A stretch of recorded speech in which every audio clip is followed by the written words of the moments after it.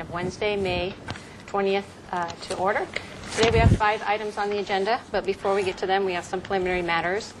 Has there been any requests for changes? No. Okay.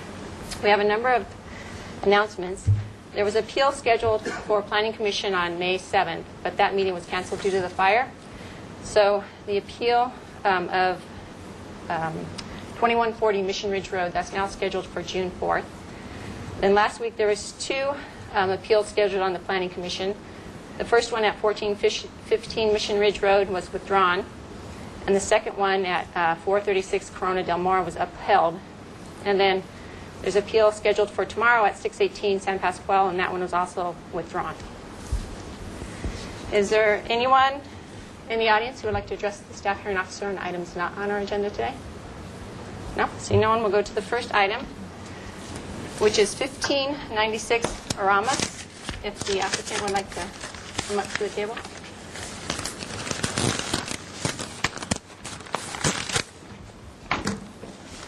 There's a new elevation for you.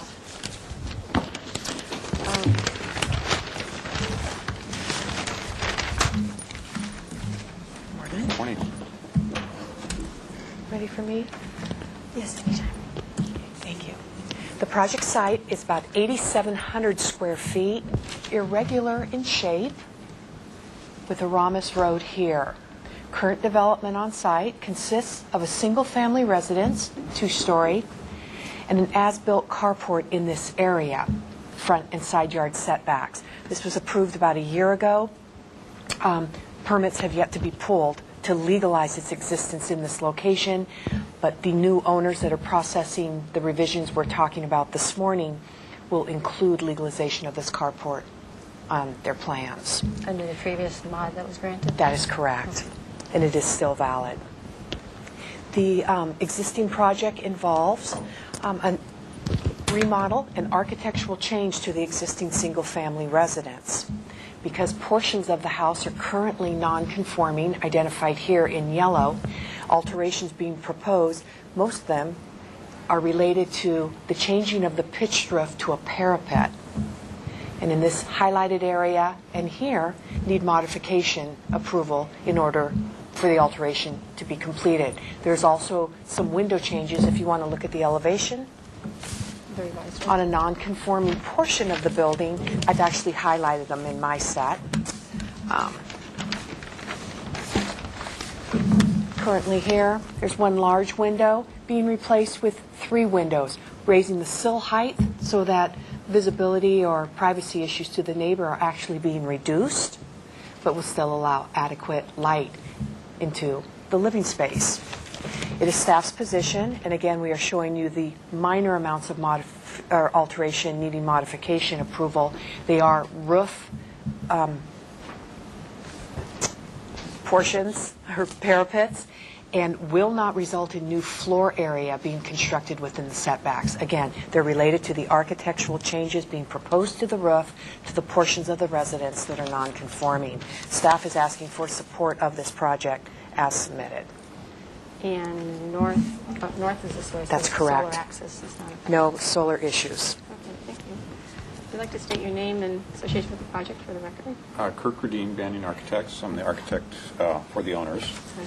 And I think the only thing I would add to what Roxanne said, and it's probably obvious, but we are actually reducing, we're cutting off this existing 2-foot overhang, which is, I would see that as a plus in relation to the setback area. So that overhang will no longer occur, although we are going up a little bit higher with the parapet.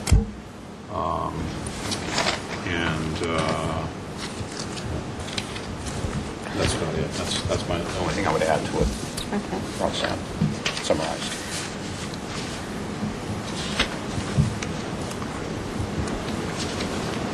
Okay. I don't have any questions right now. And maybe I'll just say, I think you're already aware that we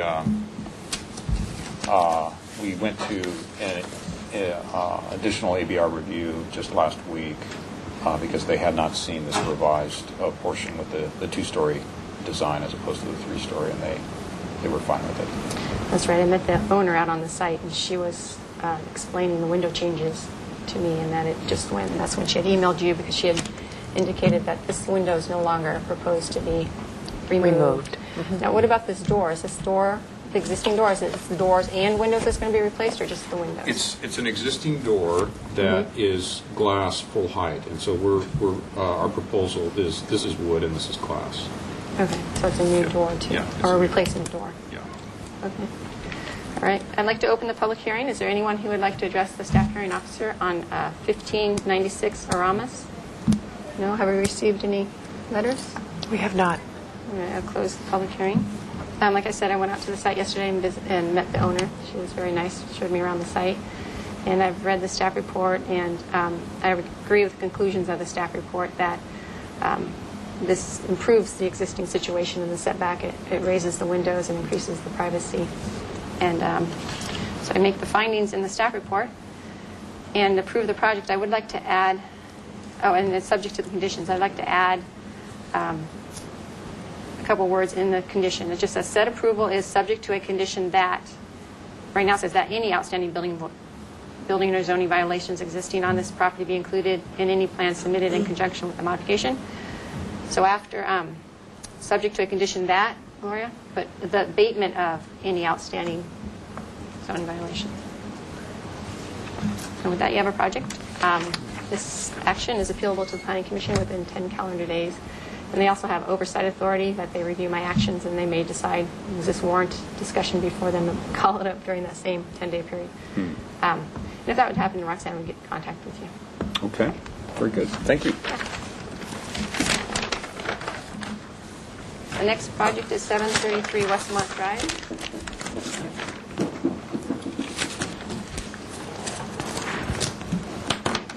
Good morning. Morning.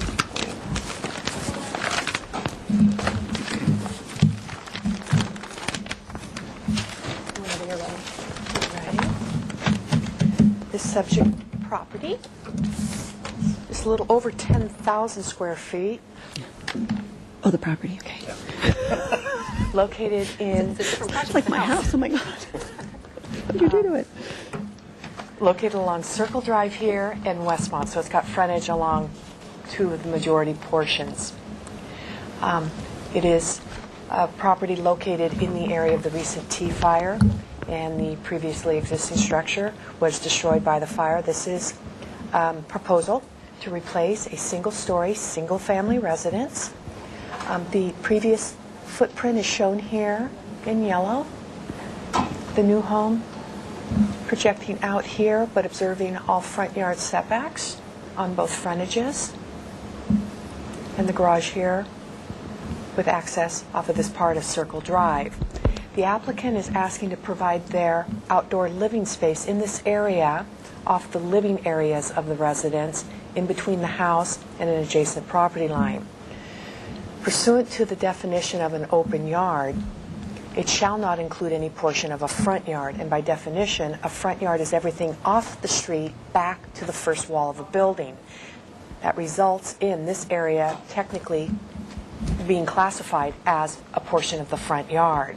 The applicant has chosen this area even though they were aware that the recent ordinance amendments to the zoning ordinance allow for the secondary front yard, as long as you don't use the first 10 feet, to be used as your private outdoor living space. On this particular property, that option was not chosen. This is, exposed to the traffic. It is on a large curve. It could have created issues with having them fenced for privacy. So they chose this area over here, kind of secluded, set back. They are asking, though, for the area up to the 10-foot front yard. So it's not just the 15 feet. front yard, just, yeah. It's not just the setback, it goes up to the front. Pretty much designing this open yard as the code allows for the secondary front yard to be used. Everything except the first 10 feet, although this is the primary based on the fact that the front door is off Westmont. Staff is actually asking for support of this project by making the determination that this area on this particular lot works the best for the outdoor purposes. It's private, it's shielded, it has easy access off the French doors in the main living areas, and it does provide the minimum dimensions that are required, at least 20 feet. Shown here, it's 22 feet by, 57, bringing it up and over the 1,250 required by the code. This approval, or any approval you consider, would need to make sure that the garage does not exceed 500 square Doesn't. feet. Some places it scales larger, quoted different, but we are only allowed 500 square feet of covered parking on a lot of these You dimensions. corrected that, so. Great, thank you. So we are asking for approval of this project as it's submitted. I have a question for you. Did you review the archive plans? Do you know where the previous designated open yard was? With this being, I believe it was provided in this area, but we wouldn't have had this projection, which now results in that being open yard. This is the new master suite. It's set away from both street frontages, giving it privacy, and also an opening out into the private space. Okay, and this was the previous existing garage then? Yes. So you came in here, or did you come in like this kind of thing? Straight up. Very steep. So we're trying to eliminate the steep. Okay, yeah, pictures here. All right, if you'd like to state your name and association with the project, and then add where. Yeah, I'm Brian Miller. I'm the agent and designer of this project, and I think Roxanne said it very eloquently, what we were asking for. It's an unusual property that we have, literally, we have 3 front yard setbacks because of the way it curves here. So we have some unusual constrictions, and our request for the modification is, I think, justified because there's more restrictions on this particular type of property than what the other properties adjacent to it can enjoy. So that's part of it, we feel, is why we think we can.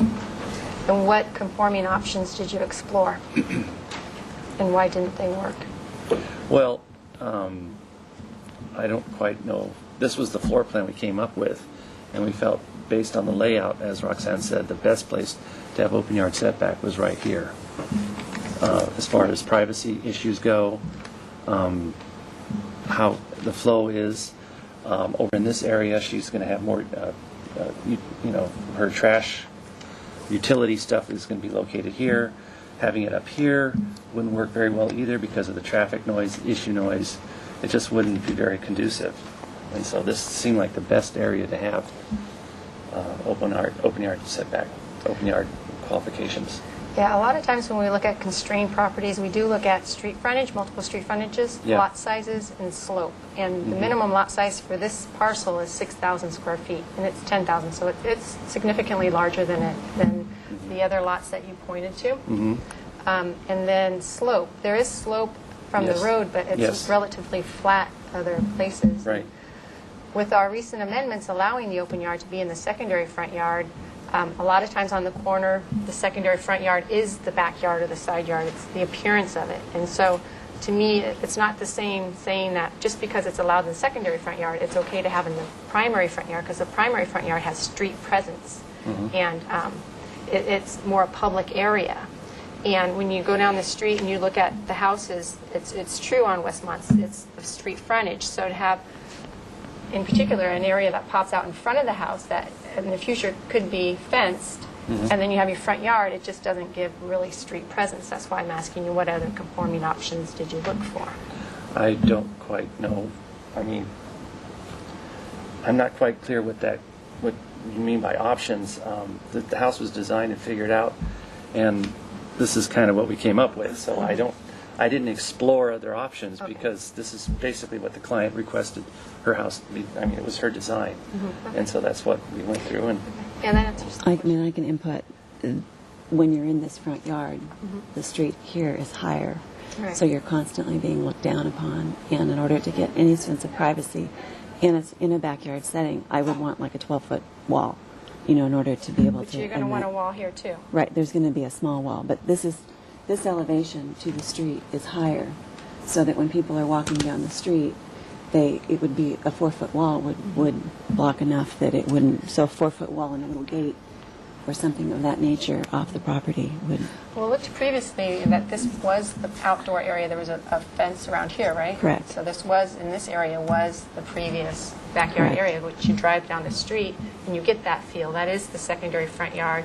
The design, you know, on the north side of, north, right? On this side of the street, they are oriented, the front yards to the street, and then in this area, Well, I was actually told this was front yard too. it is considered front yard, but it's Yeah. your secondary front yard. Okay. and we rarely use that side of the property because of the privacy issue. Yeah, okay. I'd like to open the public hearing. Is there anyone here who'd like to address the staff hearing officer on 733 Westmont Road? No letters? No letters. Okay. I'd like to close the public hearing.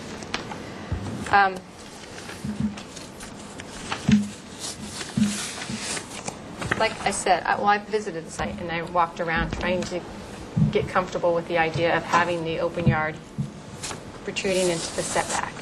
And I understand it has 3 front yards, but I have a hard time supporting it popping out. I don't know if you can move it back so that's flush with the face of the wall, of the front wall, so if at a future date you decide to put a higher fence for privacy, it's not intruding out into the public area. I don't know if that would be an option, but as it's designed right now with going out, and I know in your secondary front yard you are allowed to go out to 10 feet, and the idea is because that's where you can have a higher wall. But I am having a problem with the consistency of the idea of a primary front yard and having a fence go out further than the face of your house. So as it is right here, I have a really hard time supporting it, but I think I could make the finding if it were, either this was cut back or if it was, You're saying push this back so that the line of open space was here? and so this area meet 1250, so you would have to change. If we needed to shift everything this way, Just just the yard. Just the Just this yard, so part that would here. affect this We part would- right here. Right, right. In keeping things in alignment, I don't want to make the bedroom any smaller. It's already, I mean, I put my furniture in there and it's already small. Can you push it this way so that you get it? Well, I'm conforming Could it into, come this way and the garage too? well, if we bring the garage over, then we're in the setbacks on this side. I got you. Yeah, Well, if So you unless you project- give us a variance on the setback on this Projecting side. possibly out in front of the garage? Well, that would mean redesign this whole area here. So Yeah. that- yeah. Well, I the guess other my op- concern is we've really been, financially, this is going to be a strain to, you know, I still haven't settled with the insurance completely. And we worked really hard to make it so that the framing of it was lined up with the roof lines, and so we could do it the most economical way that we could do so that we could get a little bit more open space in the house. The house was very narrow, the old house, and very difficult. Wasn't, as far as living space, was It was conducive. 1,800 and now it's 2,500? Yeah. Almost And 27. basically that's the master bedroom that we've, you know, that is, or, you know, kitchen too, I guess, but trying to maximize being able to get more volume for our dollar and lining up roofs and walls and everything by shifting it. My concern is that it's going to put me over budget and I won't be able to build the house. I mean, I'll have to completely redesign the house and start over. So that, I mean, I don't know. I mean, that would be Yeah, up for that- Brian to I mean, address, but that's yeah. my hesitation at the moment. Well, do you want me to continue it 2 weeks and you can look at it and come back? And then, I don't feel I can support it in this configuration. But I understand your hardship. I think I could push this over and make it work. You think? That's what I I do. mean, I know that's what you do. So That's why you're here. I'm just If you wondering think you can make it work. if I can do that, could you approve it?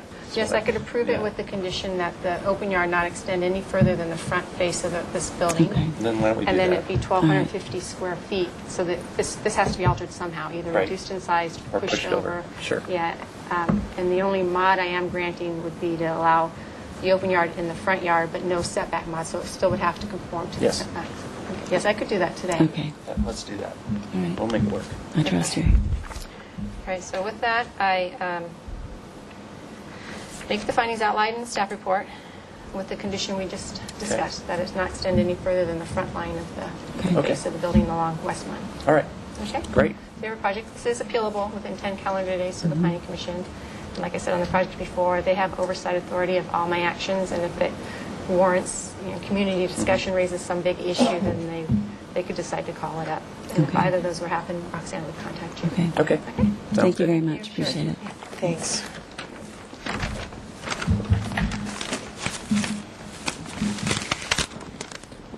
The next project is 1964 Las Canoas Road.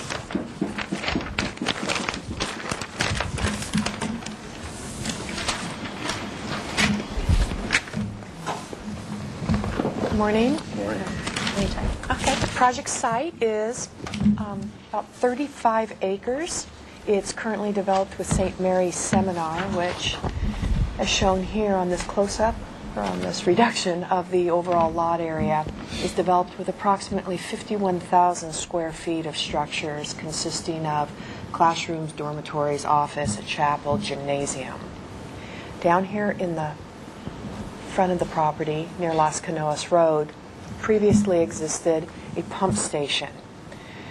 City water is pulled into a tank here, and then it is pumped up to a cistern that provides the water for the uses on site. During the recent T-fire, there was damage to that existing system, and what's before you today is the proposal for a new and improved system. It's going to consist, though, of pulling the equipment out of this open area where it previously existed and installing it inside a building.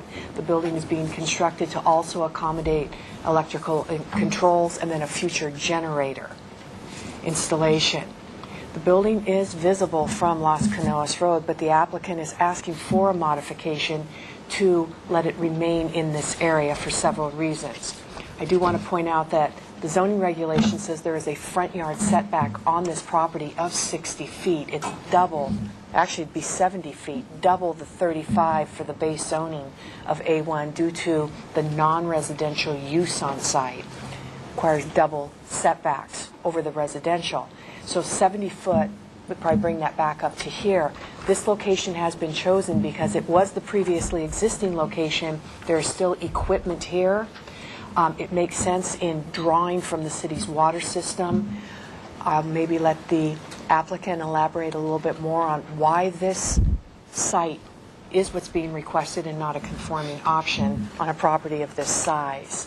Staff is asking for the location to be approved, possibly with some additional landscaping, but we do want to be fire conscious in anything that we're requiring as far as screening. Possibly some walls might be a better option. The building is being designed outer block walls to match the existing walls, so it will be a compatible improvement architecturally for the property. Okay, thank you. I don't have any questions right now.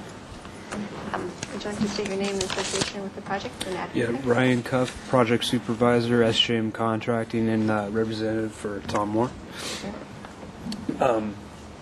What we were asking, as far as modifying the setbacks, was that in itself, and you covered a lot of the reasons very well. There isn't an existing tank or anything here. It's just controls that draws directly from the city water.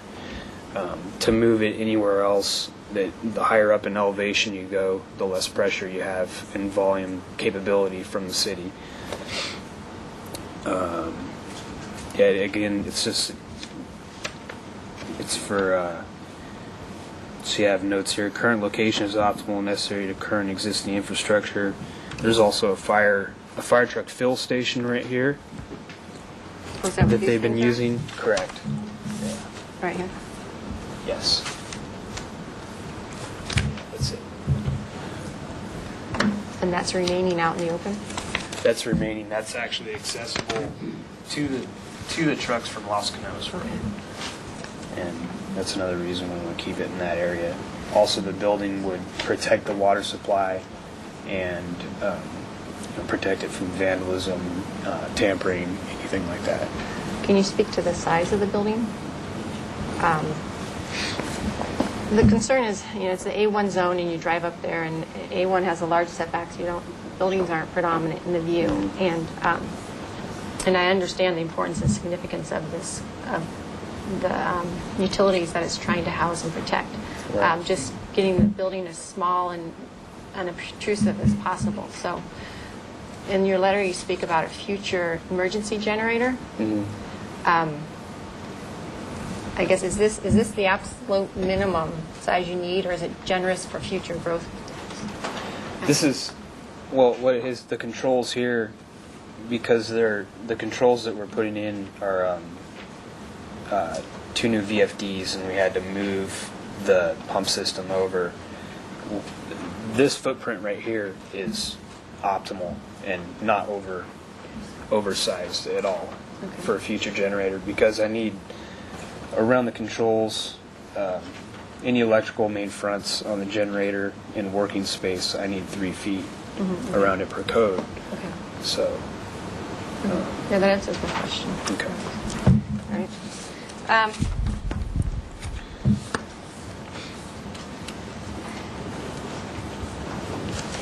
And the generators, in the case of a power outage, is to run your pumps to get the water up, right? Correct. Okay. All right, I'd like to open the public hearing for 1964 Las Canoas Road. Is there anyone here who would like to address the staff hearing officer? Oh, I did receive a letter, because this was scheduled 2 weeks ago, and it was continued, from Paula Westbury, and she's a resident. She just expressed general concern with development in the city. So I'll close the public hearing. I went out to the site. I've read the staff report, and went to the site. And initially, when I drove up, I thought, "Oh, I hope it's not right there." And I drove further on. I was like, "Oh, it is right there." Yeah. And I understand, like I said, the necessity of it being close to the road, to the water supply. You explained about the fire trucks. Right. So I understand, and I think I can make the findings. However, I would like. Oh, and then there is a condition, subject to a landscape plan approved by the ABR to screen the installation from the public right-of-way. And I would leave it up to the ABR for the appropriate landscaping that is both drought-tolerant and fire-resistant, because we don't want to add to the fire hazard. Okay. I would like to beef up the findings, though.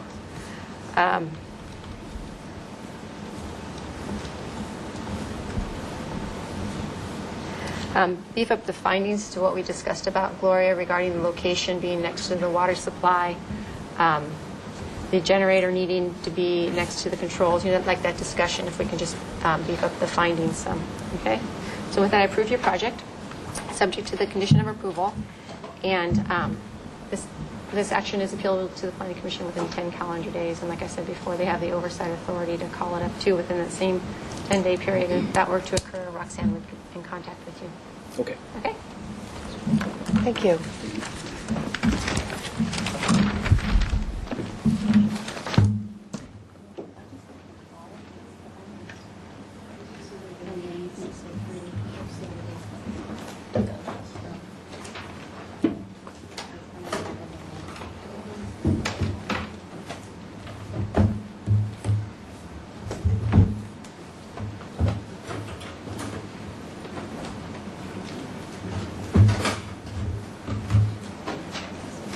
Okay, the next application is 110 West Sola Street.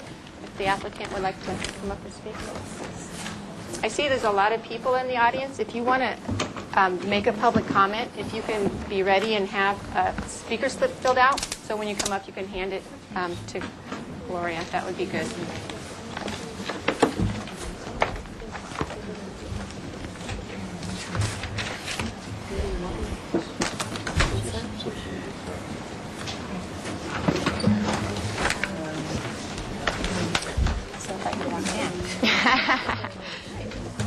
Hair's up in a bun, but I'm not Roxanne. Anytime ready. Okay, my name is Suzanne Johnston. I'm the assistant planner for the project at 110 West Sola Street. It is the demolition of a 15,800 square foot building and construction of a new 21,730 square foot mixed-use building that will be the site of 4 residential condominiums and 3 commercial condos. The project is located in El Pueblo Viejo and located in the Central Business District. the site is currently developed with a building lot line to lot line, so there's no existing parking. But the proposed development proposes 8 residential and 8 commercial parking spaces.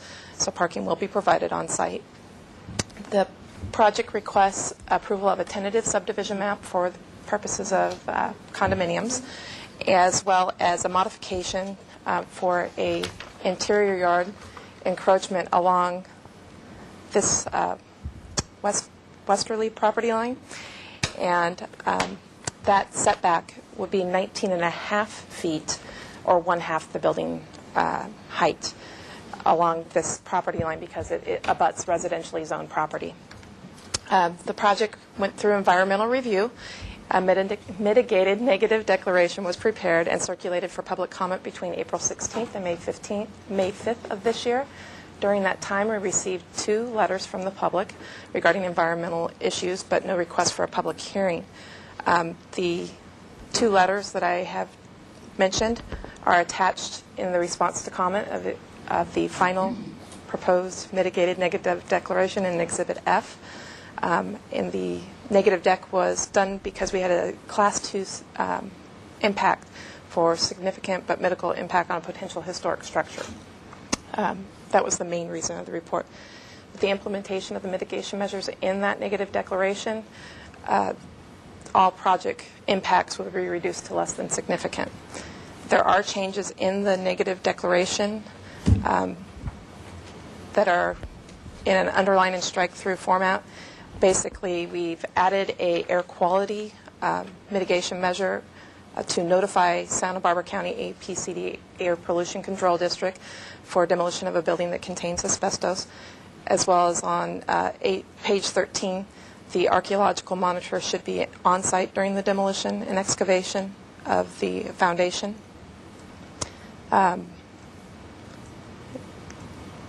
Also, it was noted that in the historic structures report, we had a picture that showed that there was a gasoline station there.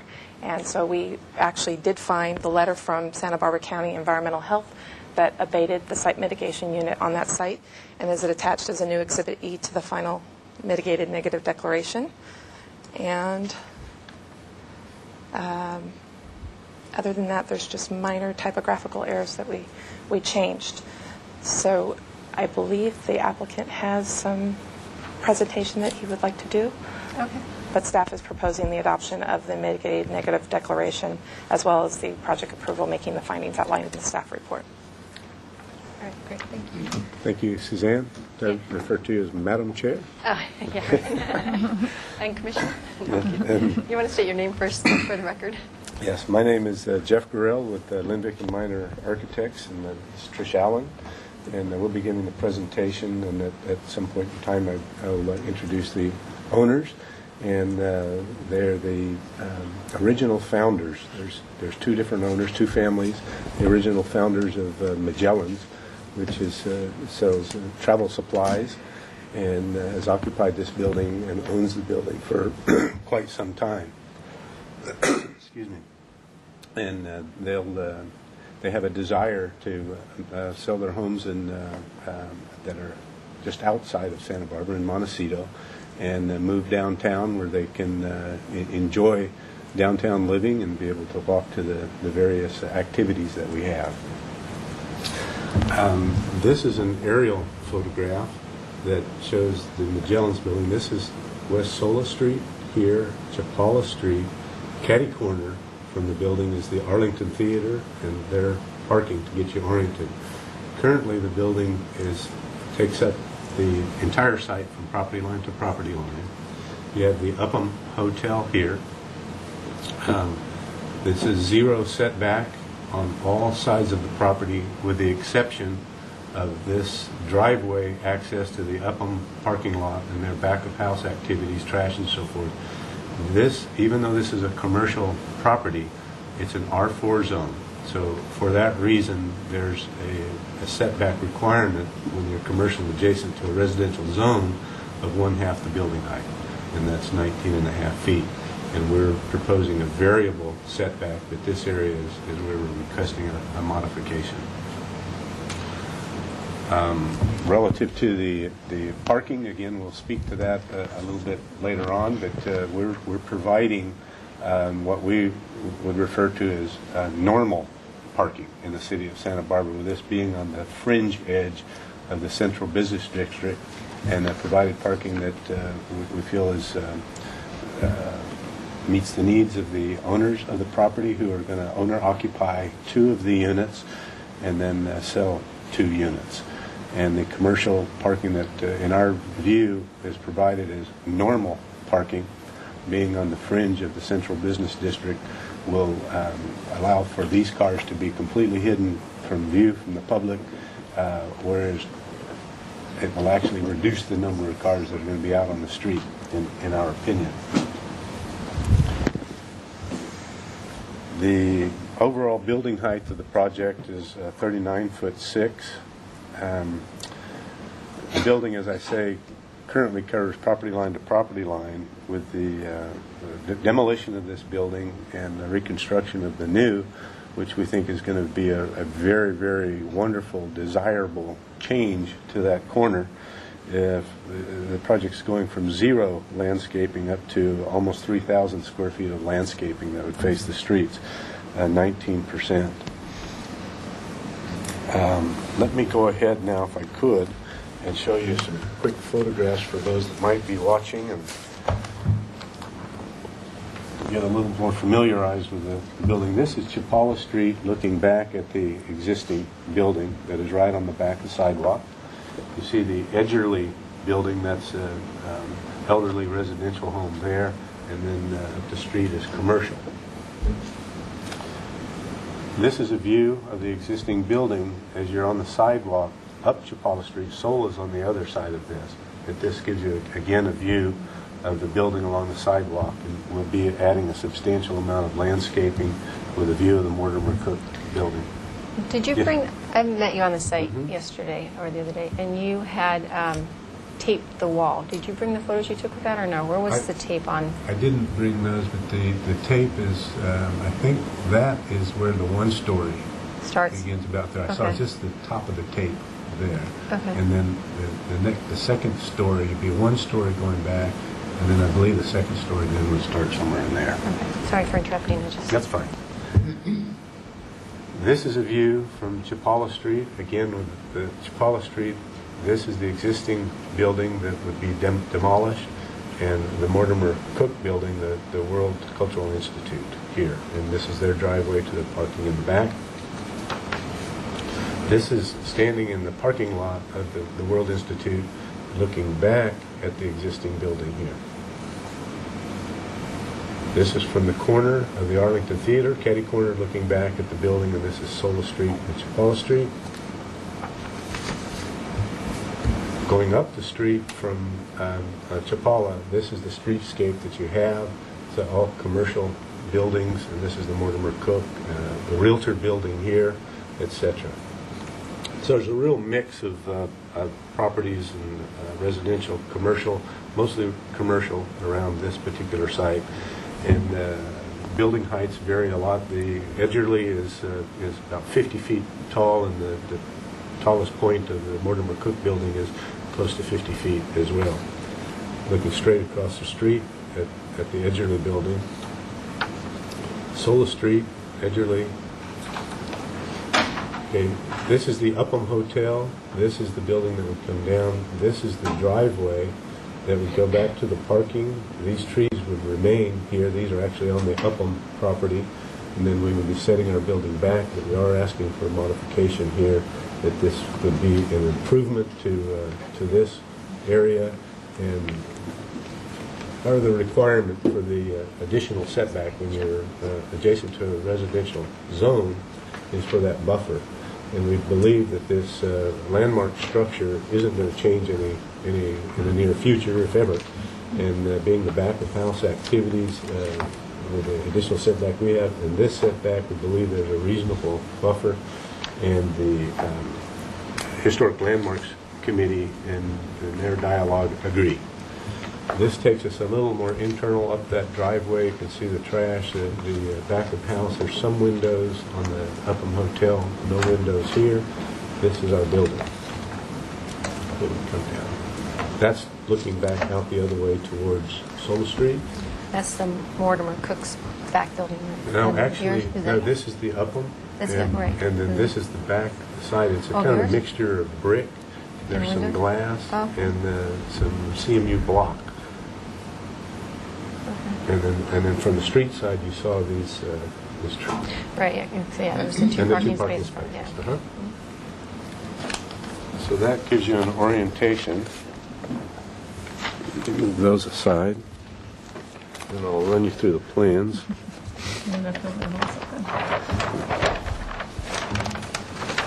Okay, this just quickly. This is the existing site.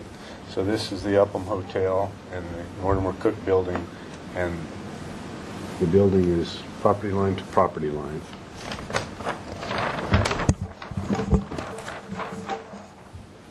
This again gives you an idea as an aerial with the Mortimer Cook building, Upham building, and shows you our configuration of building here, whereas we're substantially setting back from Chapala Street here and here, and we'll walk through some dimensions and pulling back from Soul Street to allow for landscaping all the way around.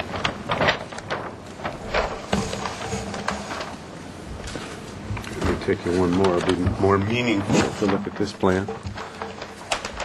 So this again is our perimeter configuration. We have our ground floor garage wall happening along the property line here, and then set back 5 feet with our emergency egress from the second floor up and out to the public way. We have commercial space in here, again landscaping and walkway, landscaping with pedestrian-friendly entrances facing Sola Street here and here, with our entry into the garage that completely screens the automobiles from the street, furthest from the street corner, which is a desirable aspect for circulation. So we are from the front back of property line, whereas the current building is right on the property line. We're 10, 26 feet back to the face of the building here, and 15 feet back to the one-story face, and then another 11 feet, I believe it is, back to the two-story element here. We have, you can see the commercial parking spaces here, mechanical, and then 2-car garages for the owners within to meet their needs. And then from this area, here's an exterior courtyard, actually, that you come in off of the street to get to the 2 units that will be sold at market rates. The owners of the building, one will occupy the rear unit, and the other owners will occupy the front unit.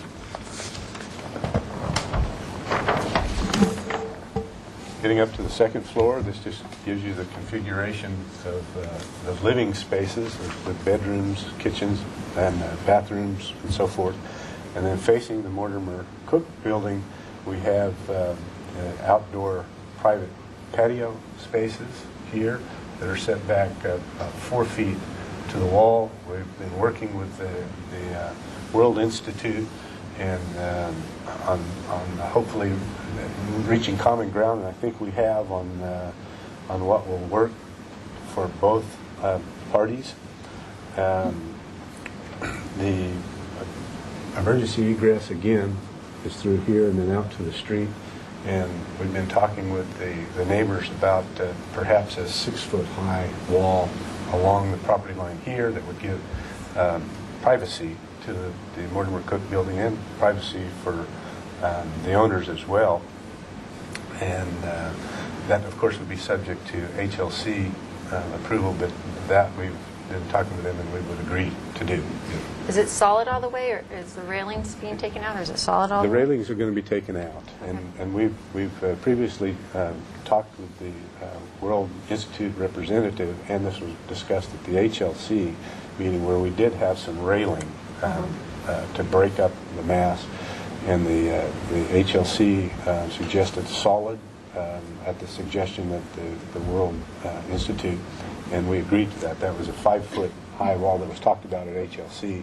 Through further dialogue, I think the World Institute would be more interested in seeing a 6-foot-high wall there. And if I may, go back to the ground floor momentarily. This egress area here, the Institute has expressed a desire to have a 6-foot screening to some degree here that would give them privacy from these windows. And we've offered to, and we will be glad to reconfigure the second floor some so that I can pull the stair in adjacent to the wall. And then we would suggest some sort of 6-foot screen wall here to HLC after, in process, we'll be talking with the neighbors and come up with a design solution that we think both they and we are comfortable with, and we're certainly comfortable with a 6-foot wall. We don't know that HLC will be the further you get out towards Chapala Street. So we're willing to do it, and that, of course, will be subject to the HLC. Transportation staff would have an interest in visibility from that driveway, exiting that driveway. That's correct. So then I get you up to the third floor, and we have brought up one bedroom for each of the 4 units. And then outside these bedrooms, we've got some outdoor living space here and here, and then roof deck. So this could be a gravel roof. We're talking about perhaps some solar aspects, but that's going to depend on details as we get into construction details and cost. So this right here is going to be fenced? That's, I don't know if fence would be the word. The Institute has requested that these outdoor living spaces be a minimum of 15 feet from the property line, which they all are. They all currently are. And the Institute has requested a 42-inch solid wall that goes around. In discussing that with their representative, all along, and we've planned on doing this when we go back to HLC, we want to enclose this. We want these spaces to be green, very comfortable. They might be tiled. We might have a combination of solid wall, potted plants, vegetation. That might be 42 inches, might be 36 inches high. But we don't want to sit on the outdoor living space and just have a pad looking over a gravel roof either. So that will be in development. We intend to work with the Institute on what they would be comfortable with. And of course, again, that'll be subject to HLC approval. That's where we're headed with that.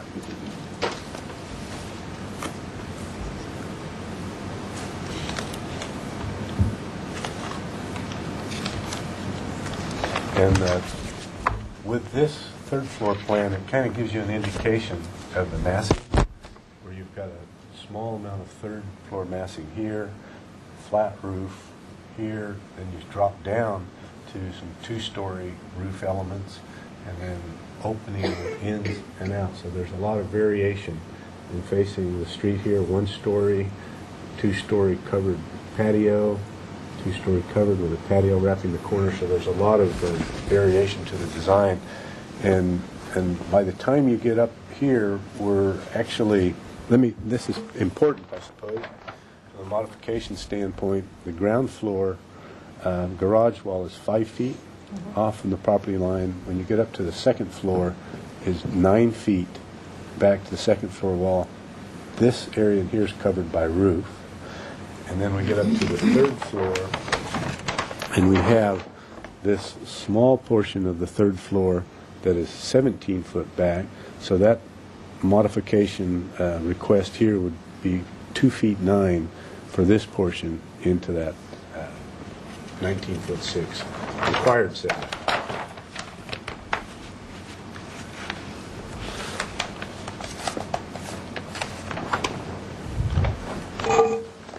So here are the elevation drawings, and what you're looking at first is the Sola Street elevation, which we feel fits in quite nicely with the variety of buildings that you see in the neighborhood on all sides.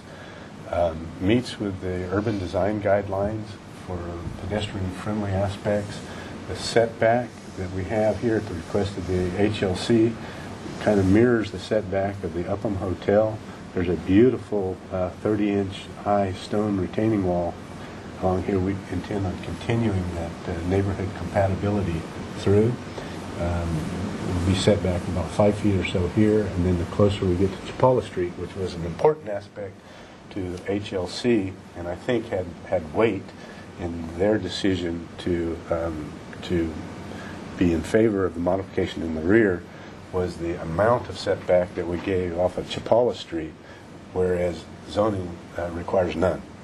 So they appreciated the offsetting value of those two elements, and they were particularly looking for a little more of an opening view to the historic Mortimer Cook building, the World Institute.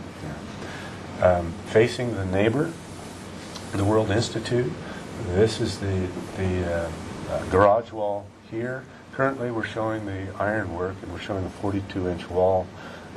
We intend on working with the Institute prior to our going back to HLC, with this 6-foot wall that would be, of course, subject to HLC approval, and then working with the Institute to do something that would be aesthetically acceptable to them as they're looking at it from their side.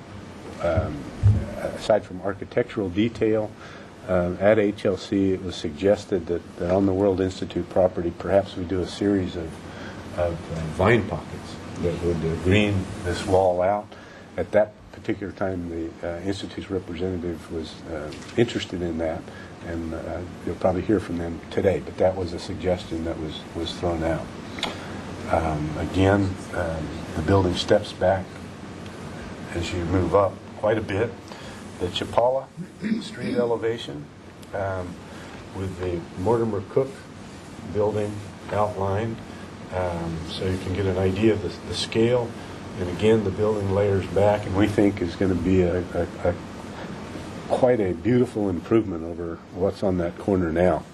Facing the Upham Hotel is this elevation, and this is the driveway coming in off of Sola Street, and this wall would be 5 foot back, and then as I mentioned, we step back to where the third floor is 17 feet back from the property line.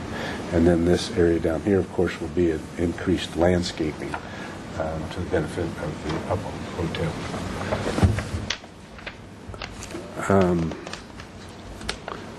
I think that's about it. There's some sections back there. But as far as the presentation goes, I wanted to, if I may, relative to the improvement in the parking situation for the corner and to the neighborhood and to the city.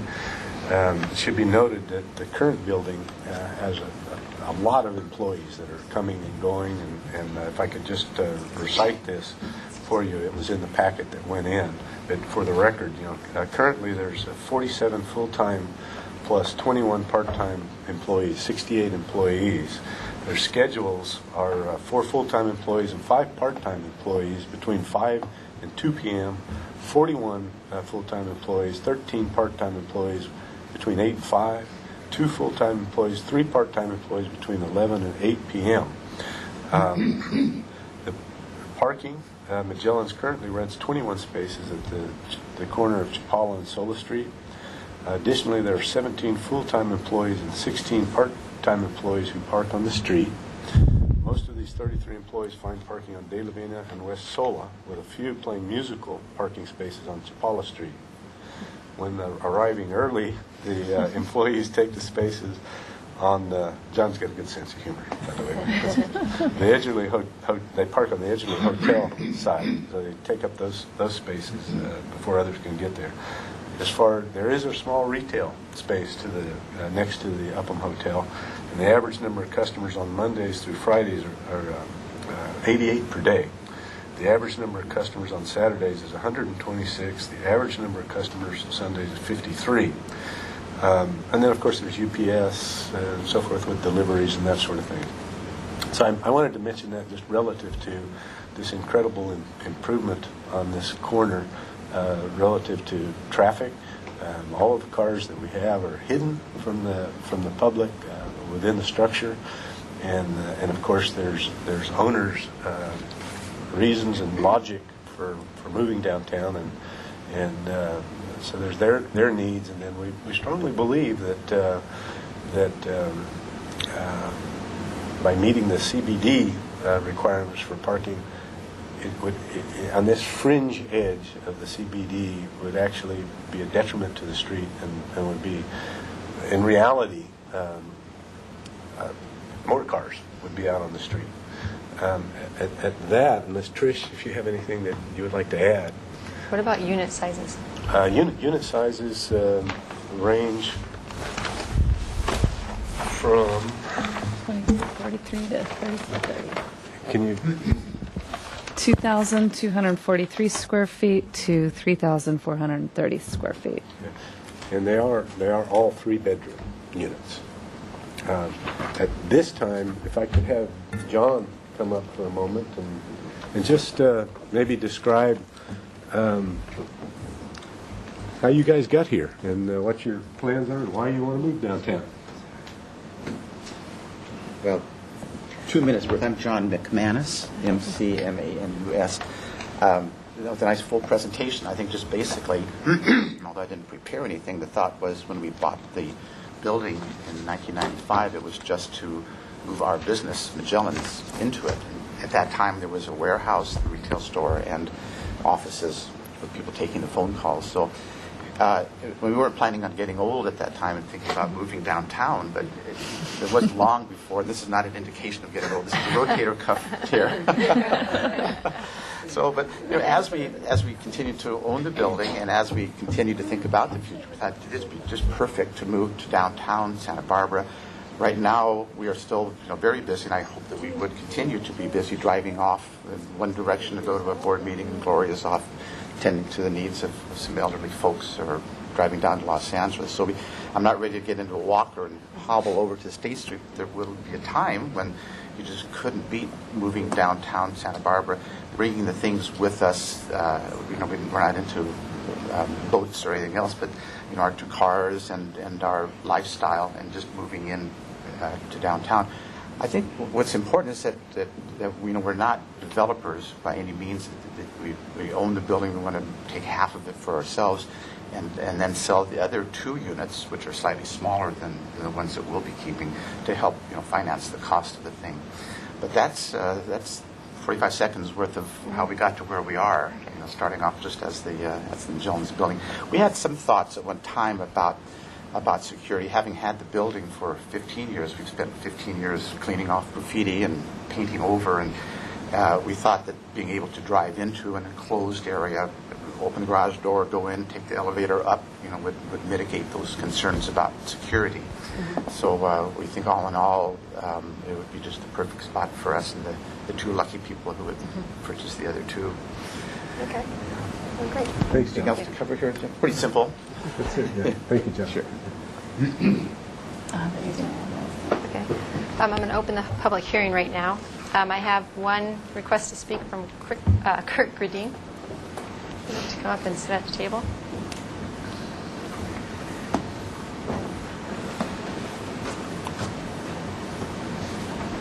Hi again. Kirk Gradine. I'm the representative for the Institute that wrote 2 letters that I thought would normally be read out as part of the... Well, no, we don't read them, but I have Okay. read and highlighted some. Okay. And I think, basically, our position was in regards to the impact upon Mortimer Cook House, which is actually now called Concord House, the Institute of World Culture, because for a number of reasons that were stated in the letter, basically having to do with that this driveway is the only parking for this lot. That the Institute provides a public service. It's a nonprofit educational institute that has seminars and classes of various types and various times during the week and on weekends. And so people come and are also our handicap accesses back in this parking lot. So there's almost all the traffic that comes to this building, other than some overflow parking that happens in the street and so on, uses this driveway and this parking area and the rear entrance. So we were concerned that both, the users of the condominiums would be disturbed by the commercial activity and the nonprofit educational activity that's going on, and vice versa, that with these outdoor patio areas at the second floor, with the zero lot line along here, that there would be some, the recent noise generation, there'd be, potential barbecues, parties, the things that normally happen on outdoor patio areas that might be disruptive. And that also, again, that the users would find activities going on at the Institute also disruptive. So we were wanting to try and anticipate and mitigate that impact. We're also concerned, of course, about the architectural impact. It's true this is, a considerable improvement over what's there, but the fact that it's a mixed-use project and you have this zero lot line, you have the parking at the first floor coming right up to the lot line, and then the second floor residential uses and activities happening adjacent to. And our first request early on in the HLC process was, was there a way to relocate these outdoor living spaces to the other side? And there was didn't seem like there was any flexibility to do that. And we've gone back and forth, Jeff and I, about how to try and mitigate the design as it is without changing anything in the design. And so what we've come to at this point is raising this height of this wall so that at least visually there's a buffer. It's a wall, and the wall keeps getting taller. I think that there could be further movement. I think part of the problem is that that they are large unit sizes. That this is a fairly intense development for this site, and that if the units weren't so large, if the square footage wasn't what it was, there would be more room to have more flexibility on this side. I know that Jeff is required by code to have a second exit out of these units, but again, if the units were smaller, or maybe some of them were smaller, this wouldn't have to be right at the zero lot line location. So that's kind of where we're at with that, I think. Are you guys concerned with noise and privacy, or privacy? Both. Yeah. Okay. Yeah. All right. Yeah. And then I was just one thing I hadn't talked with Jeff about until I just was noticing it this morning on that west elevation in regards to the A3.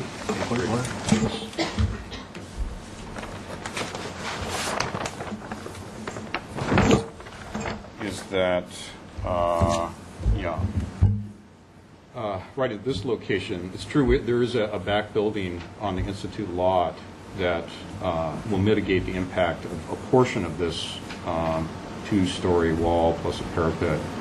With 11-foot floor between. This is a very tall wall here,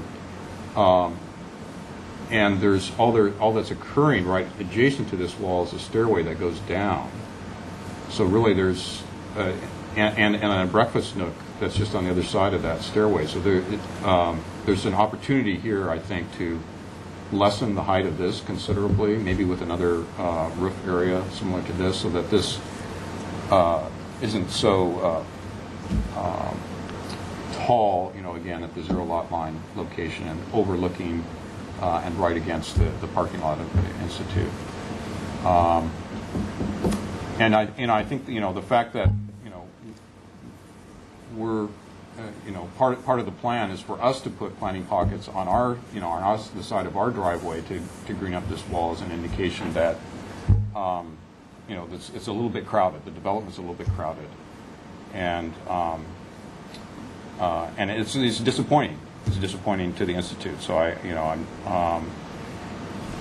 think we need to be on record in regards to that. And then I also, as Jeff has mentioned, we're very much interested in having some further, at least visual barrier there at the first floor level and along the stairway to to mitigate whatever use happens along that side for exiting in relation to the Institute. So, thank you. Great. Is there anybody else who would like to provide comments on the, have we received any letters besides? Only Mr. Green's. There was one other speaker that signed a speaker to Oh. project. I didn't receive it. Do you have it? No, this is for the next, this is for solar. This is SOLA.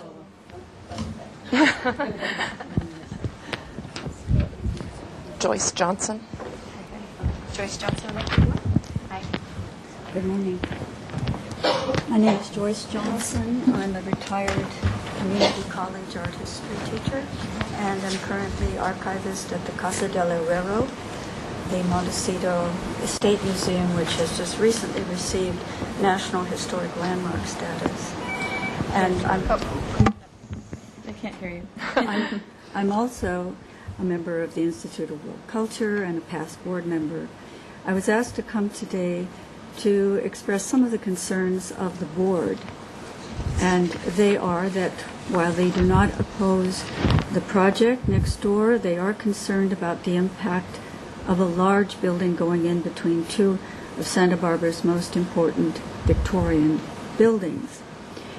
They have no objection to the commercial aspects of the building, but they do feel that the residential units are too close to the property line and the driveway.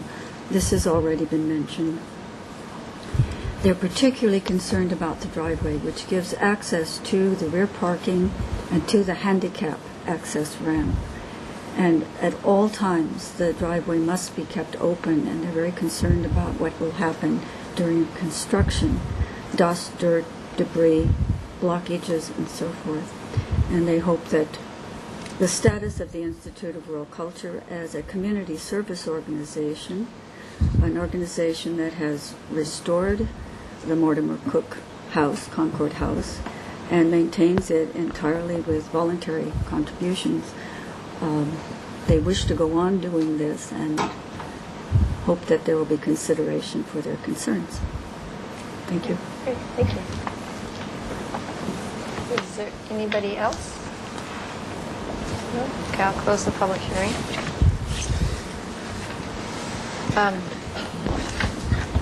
I actually asked transportation staff to come, and Betty Weiss, too, the city planner, because I had questions regarding the parking and the excess parking, as well as the parking garage. So I just wanted to hear from transportation staff how that relates with the circulation element and recent direction with the Planning Commission. Hi, I'm Stacy Wilson with Transportation Planning. Let's see.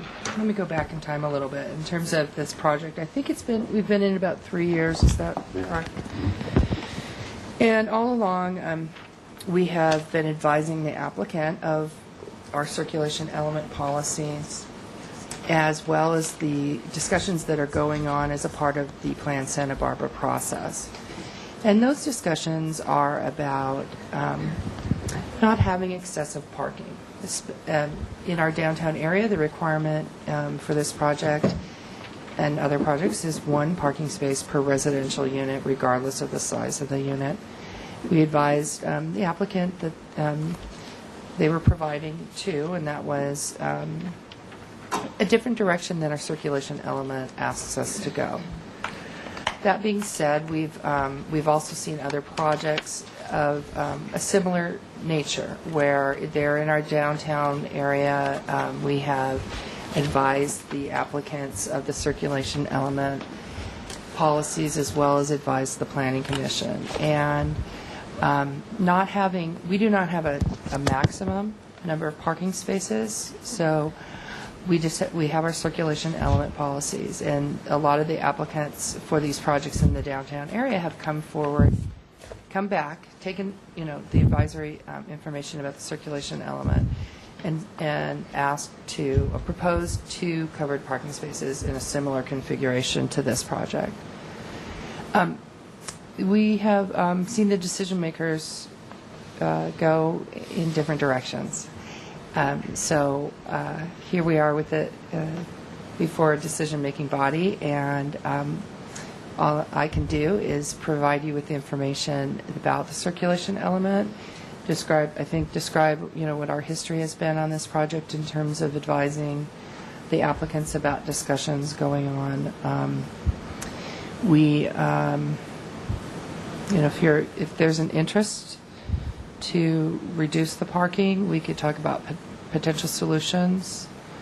Do you have any questions for transportation staff? Well, what our circulation element recommends, providing the minimum, not over parking sites, use of public parking facilities, and this just seems to contradict what those policies says. And the staff report was kind of silent in terms of the circulation element and the project's consistency with the circulation element. And then also providing private garages within the garage, comments related to providing the garages inside the garage. And then also, what's the vision with the current update, general plan update? The vision, where do we see the parking policies heading? You have a crystal ball? I do. It's a little cracked and broken. But, there definitely has been discussion in this area, but until the time that those policies get set in place, and perhaps let's say that the conversation is strong and there is going to be a parking maximum. That being the case in the future, then we would have the opportunity to say you cannot exceed the maximum. Where we are right now is that we do not have the parking maximum, so what we do is talk about how this project relates to the circulation element. And I think that the direction that decision makers have gone has been that the parking demand for each individual project has been defined and explained on an individual basis. For this project, we did receive information from the applicants and the future owners as to their parking demand and their desire to have the 2 parking spaces, as well as the security element that was mentioned today. That's what we have in terms of parking demand information. So, Was the demand more than the zoning requirement? well, the zoning requirement is 1. Right. And the parking demand, as explained by the applicants, is for 2 spaces. Okay, because of the size. Because of their personal household is Right. what the way I would characterize that.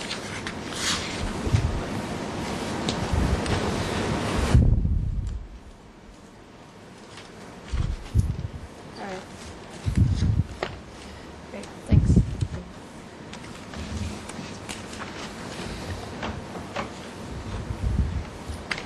And then,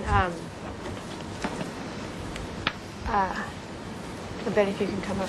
Regarding the unit size, I know there's lots of discussion in the community regarding a range, a mix of unit sizes, affordable by design. These definitely aren't affordable by design. There's been some talk with the Planning Commission on limiting sizes of residential units downtown so we don't have these huge condo projects like on Chapala Street, how there's a lot of discussion on that. And so I actually asked Betty if she would come to explain, again, she has a crystal ball regarding the general plan, what discussions have occurred in the past and what it may in the future, and how it would relate to the project. Thank you, Ms. Reardon. Like Stacy Wilson, the considerations that this project brings up, both relative to our current general plan policies as well as the general plan update plan Santa Barbara discussions. As Ms. Wilson mentioned, the current circulation element, which is a required finding to approve any condominium, is that the project is consistent with the general plan. So a consideration about the amount of parking, the amount of development overall with the findings for subdivisions, and so forth are important considerations for you to make. And it is difficult because, as Ms. Wilson said, we have policies that can be interpreted in different ways. We want to be open to specific site considerations, neighborhoods, interests of the property owners and of the residents and neighbors. So there's not a one set standard. One thing I would add to the parking discussion, again, this is not the current procedure for parking modifications. They're not requesting a parking modification. But one idea about a project in the future, if they wanted to request a parking modification to provide more than a maximum, would be what are the community benefits that the project is presenting? What is the locational condition that really warrants additional parking? Is the additional parking offset still by sufficient open space on the site, and considerations such as that? And I do think in the applicant's presentation they were talking about the front yard setbacks along Chapala Street and relative to the setback modification requested. I actually think that the setback modification requested in this project is fairly significant as well, given the amount of discussion we've had around building heights and mass and design of projects in the downtown, as well as a planned Santa Barbara recommended policy to more carefully consider the standard. We understand that the current standard is this double or half the height when you're adjacent to a residential zone, and we explain that to the community, and there seems to be a strong interest in continuing to have a good separation along boundaries of zones, and certainly adjacent to historic structures such as the Upham. So I find it very interesting, and I do recommend your careful consideration of the HLC's deliberation and how they arrived at that recommendation. I imagine that was a difficult consideration for them too, because based on general statements from members of the Historic Landmarks Commission and comments from the community, one would think that that modification would be highly discouraged.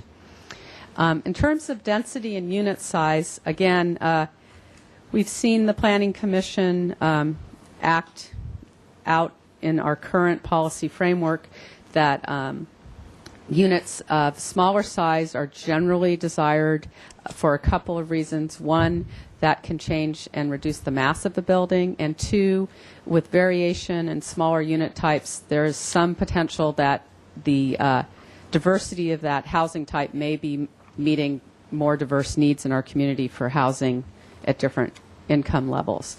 Not truly affordable, but again, a diverse housing stock is what our housing element calls for.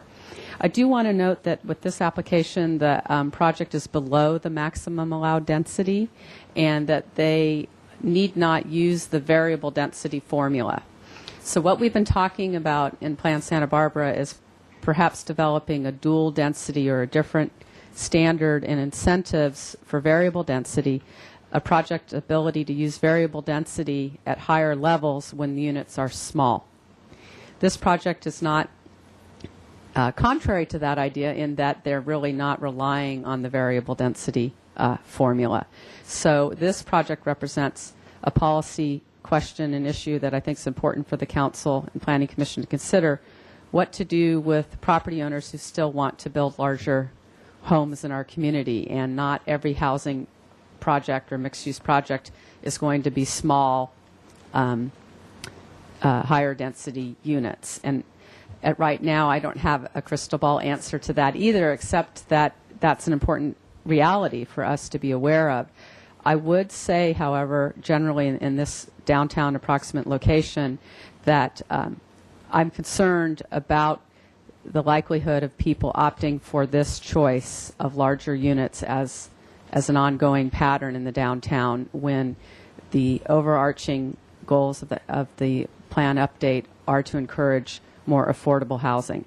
So I do see this as being potentially contrary to that overarching goal, but like Ms. Wilson said, not contrary to any specific standard or set program, and certainly it is a well-conceived and nicely designed project.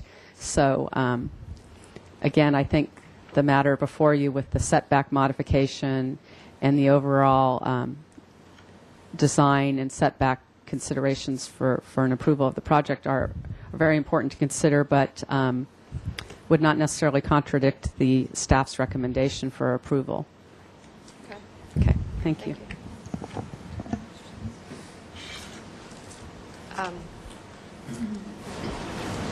I think that outlines my concerns regarding the project. It is a beautiful building, but you are asking for relief of the setback, and you are providing more than the required parking space, and they are large units, which points to, since it's going to be a vacant site, why can't you conform to the zoning ordinance? However, I agree that the increased setback along Chapala and Solis Street is an improvement over the existing situation. The other concern I have is regarding the open areas adjacent to the Mortimer Cook House and how those can be improved. I don't feel that adding a tall wall improves that situation in terms of the elevations. I don't know if there's a way the area could be pushed back, and then I know it needs to be a secondary exit, a lower wall so that you still have the channel to get out if there's a iron wall or an open that can keep people away. It just seems to me that it is over. Bearing's not the right word, but if it could be pushed back away from the edge of the building some. Edge of the property line? Yes.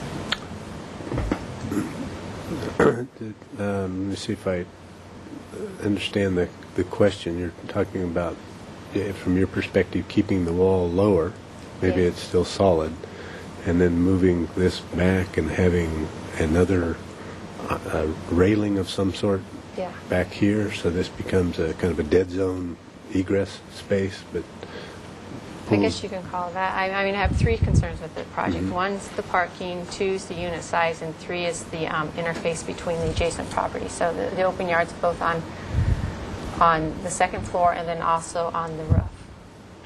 And how to respect the privacy of both, both properties, not only off but on this way too. Mm-hmm. Okay, I would say that the wall, and it does get taller if there's privacy between the two, and say it's a solid CMU wall, so that it blocks the sound even more. That satisfies the privacy issue from back and forth, and the design issue would then be an HLC consideration, whether that could be accomplished or not.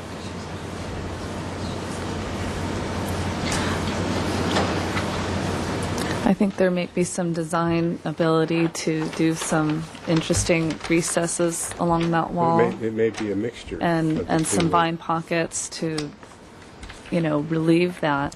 Maybe perhaps some offsets where maybe we take a unit or two, and again, you don't know till you look at it, but perhaps there's a unit patio that steps back so that we get some roof in front of it perhaps, or whatever. And so you have some in and out to this change. You still have to have the egress, but... Yeah, and I know the architecture and design aspect's not my purview, but to me, to try to mitigate the problem by putting a higher wall, I'm not sure that that's appropriate. So how on a site planning issue can we get the same effect? And then on the third floor, that's why I was asking about the roof areas versus patio areas. Mm-hmm. And I can understand the desire to green the roof. But again, having access all the way out to the roof lines or to the edge of the building, it causes concern. That can be completely blocked off with the access, with one exception. You still need to have a gate or something so that you could get out to service the roof. That's not a problem. As well as reach the common open area on the roof.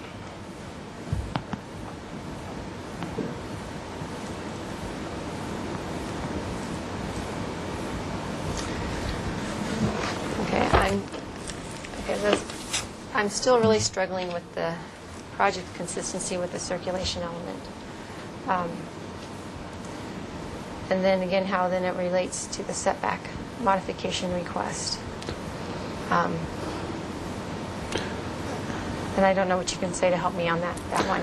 Well, go ahead. I have a couple things, but go ahead. I think the important aspect from my perspective and from the HLC's perspective was the fact that there's a zero setback. So it's kind of a trade-off. Yeah, I know, but the parking part of it, I understand. If this was a situation where you're meeting your zoning requirement consistent with the circulation element, that it's not overparked, I mean, it's not overparked in your perspective, it's what you anticipate the demand to be. I agree that this offsets, but to me, the fact that it is providing extra parking, it's providing the larger units, you know, that fact that it's larger, it needs to encroach this far, but then I don't want you to go and push the whole building forward just to get your setback along a driveway. So I'm struggling with going back to the basic concern about consistency with the circulation element. Well, the distance too from the Upham Hotel, there's quite a buffer there that's naturally created with the driveway and the back of house trash area. That would be another logical conclusion that was discussed at HLC for this being a reasonable setback at this grade, this level, and then by the time you get up to the third floor, it's you're only 2'9" into the mod. I know, but the first floor doesn't even meet the 10-foot, the standard 10-foot or 1/2 the height of the building.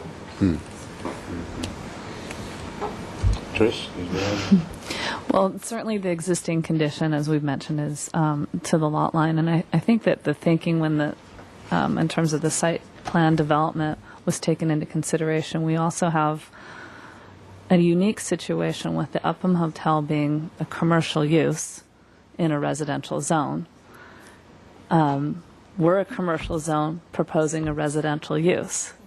So we're actually, at that portion of the design is where obviously the garage is going, and then above, residential units, sort of close to the commercial use. But I think the way that Jeff has designed the floor plans is to really minimize the level of residential use in that area, and to kind of, it's not the living spaces in that area, so that we're protecting the functions of the Upham Hotel and also those that are being proposed.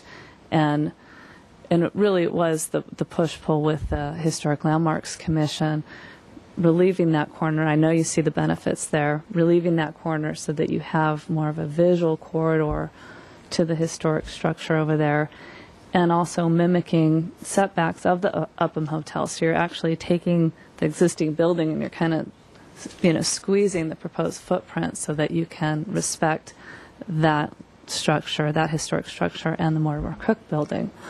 I understand what you're saying about the parking. I'm interested. And we know we've all struggled with this, taking different projects to either this level or the Planning Commission. It sounds like they're struggling too, and really evaluating it in a case-by-case basis. I also understand density and the size of the condominiums that were being proposed, and the policy direction to propose smaller units in the downtown area. And I think that's happening too. So what I like to do when I'm looking at a project is not just focus on the actual project site that's up for your decision today, but also the pattern of development and the types of projects that are being brought forward, and the fact that you are getting that mix that I think is attaining that policy goal, where you have units that are maybe in larger development projects in the Chapala corridor, where they're proposing 20 plus units. They're smaller. They have less real estate. It's a better location to be more consistent with the circulation element, providing one car that meets that family's need. Maybe it's only occupied by one person, that smaller unit. for this particular project for these owners. That doesn't meet their needs. These floor areas are probably the minimal amount of area that they feel that they can enjoy their lifestyle. Downsizing from a larger home in the Montecito area into the downtown, but the fact is they each own a car and they want the ability to park on site, feel secure, and access their residential unit from their secure garage. As John mentioned, being in close proximity to all these services does mean that you will do a lot of walking. But that doesn't mean you don't have to go, visit maybe a family member somewhere in Goleta and get in your, potentially get in your car and go to that person. We feel like we're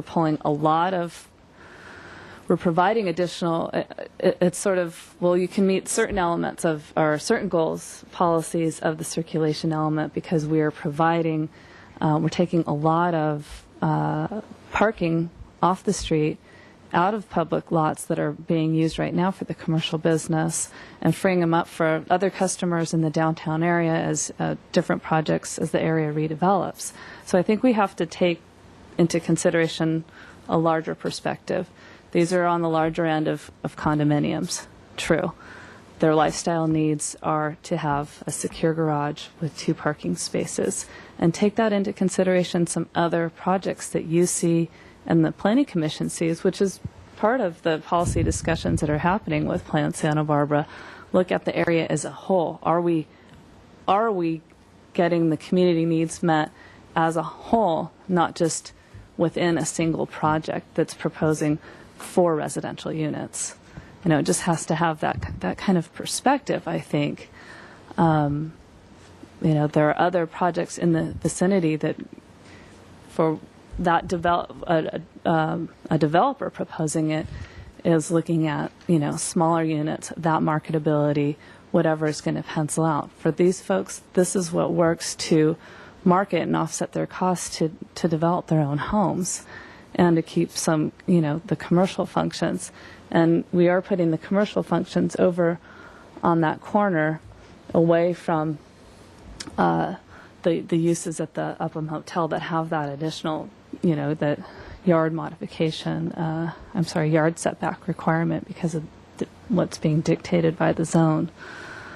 I see a lot of community benefits with this project, and I understand that, we're in a special area with the historic structures in this proximity, and to get to this point and having achieved what Jeff was able to achieve through Design and Historic Landmarks Commission, I think is pretty significant, and I know you consider that as well.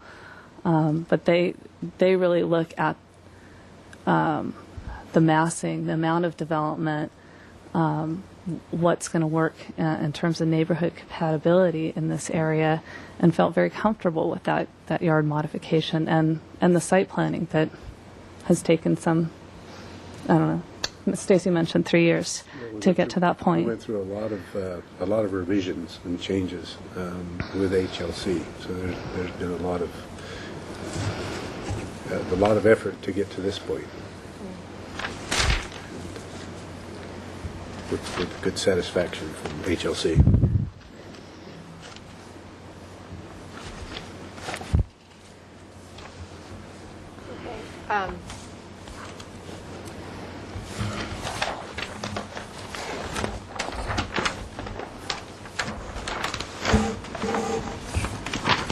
I know we talked about these decks, but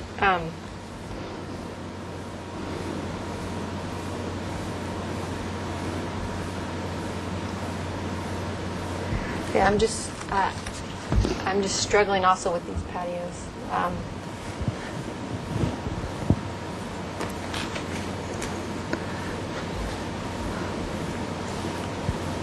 Is there any? See, I feel that if the units weren't so big, it would provide, the open area wouldn't have to be pushed up to the building, and I realize there's no setbacks, but still the uses between, or the interface between the 2 properties with the patios right there, it raises a concern. I wanted to mention one quick thing about expectations living downtown, and correct me if I'm wrong, but I don't think there's this sense of living in the downtown commercially zoned area and having your quiet enjoyment of your outdoor living that you would have up in the foothills of Santa Barbara. So I think there's an expectation that there's going to be some more activity in terms of the units and their potential impact over here. I do not believe there's outdoor areas Well, I'm thinking on more this building. privacy, not noise. I know downtown areas are noisy environments. Just having someone up elevated looking down, the history here has been, it's been residential and it's been office and it's been, various uses. And to have, I see it more as a privacy issue than a noise issue. Well, from here back, we're looking over the parking lot. From here forward, with the exception of maybe right here, we're only talking about this patio that would be directly opposite the building. And if the direction were to get some relief back to this patio, then I'd have to work on a design solution. But maybe this does have to get a little smaller. But clearly I have to get emergency egress out. But there may be a way to get, if we were talking about, 4 feet? Yeah. Something like that.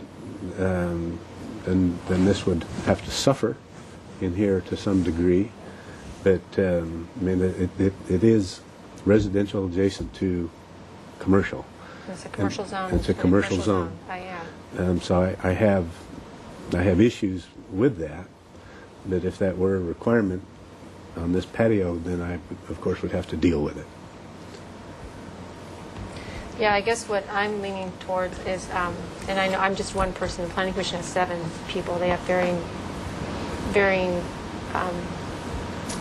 outlooks, is that the right word? Perspectives. Yes, perspectives. And so looking at this, I understand the owner's desire to have 2-car garage, secure, private, to provide adequate parking for the customers and the employees. I understand that, and I understand the needs for the large unit. They're downsizing from Montecito coming here, so I understand those needs, but I have concerns being able to make those findings.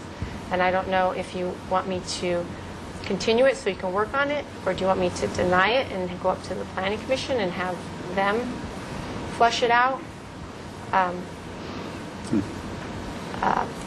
would leave it up to you what you want to do. And then and I truly believe this patio thing can be worked out through design issues, moving it. But I just have concerns with the consistency with the parking, and I understand both sides. So if we continued to rework some patios, we'd still have the parking conundrum. Right.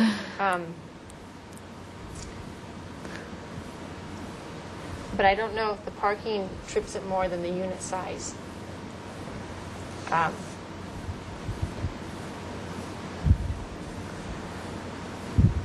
Because I'm just truly struggling with this project. It's a beautiful building,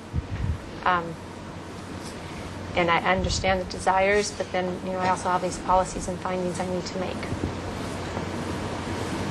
So I don't know if you want me to continue it and you've heard the discussion and come back with additional information and response to it, or take the discussion and bring it up to Planning Commission. And the only way to get there is through denial today. Yes. Yeah. Yeah, because we don't have that option to just directly Refer to it the up. Commission. They could pull something up if they wanted to.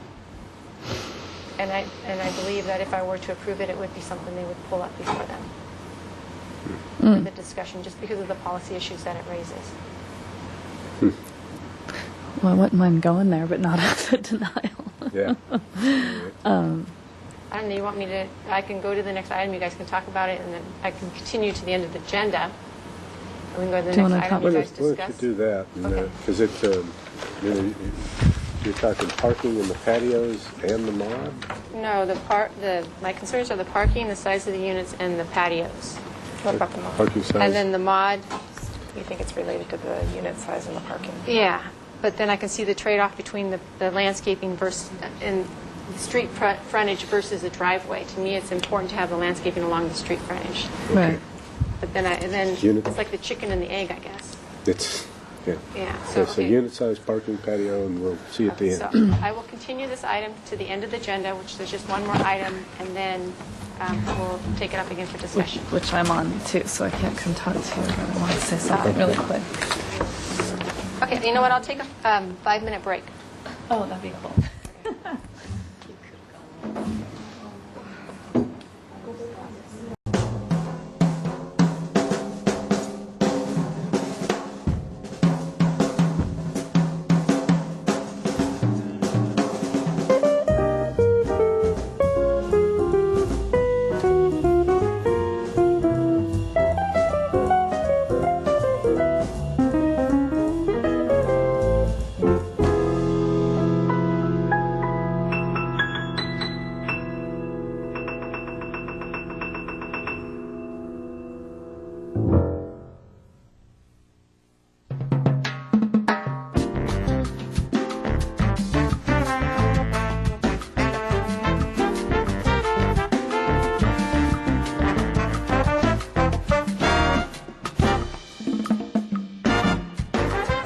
West Victoria Street. Each property clearly has frontage And just move all and that pedestrian. I just lost my train of thought.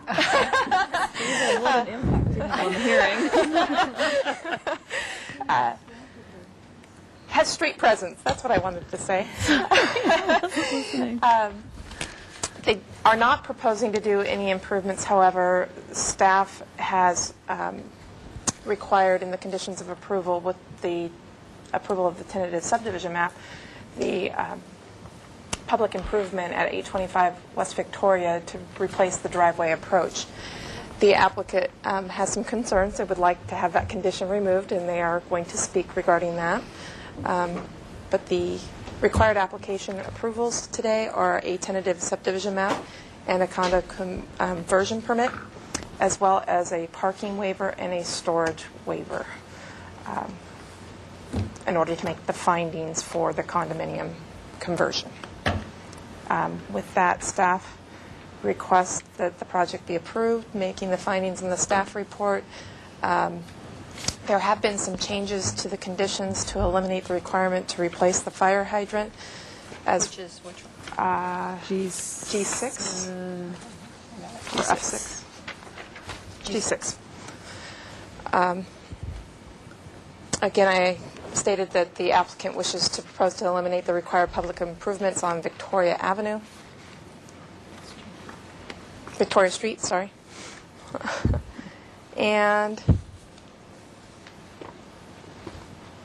there was, in the findings for the condo conversion permit, a finding regarding the waiver of the additional parking space and the garage, providing storage in the garage for 1229 Gillespie Way, that the cost involved in making those improvements was outweighed the benefit of doing those improvements.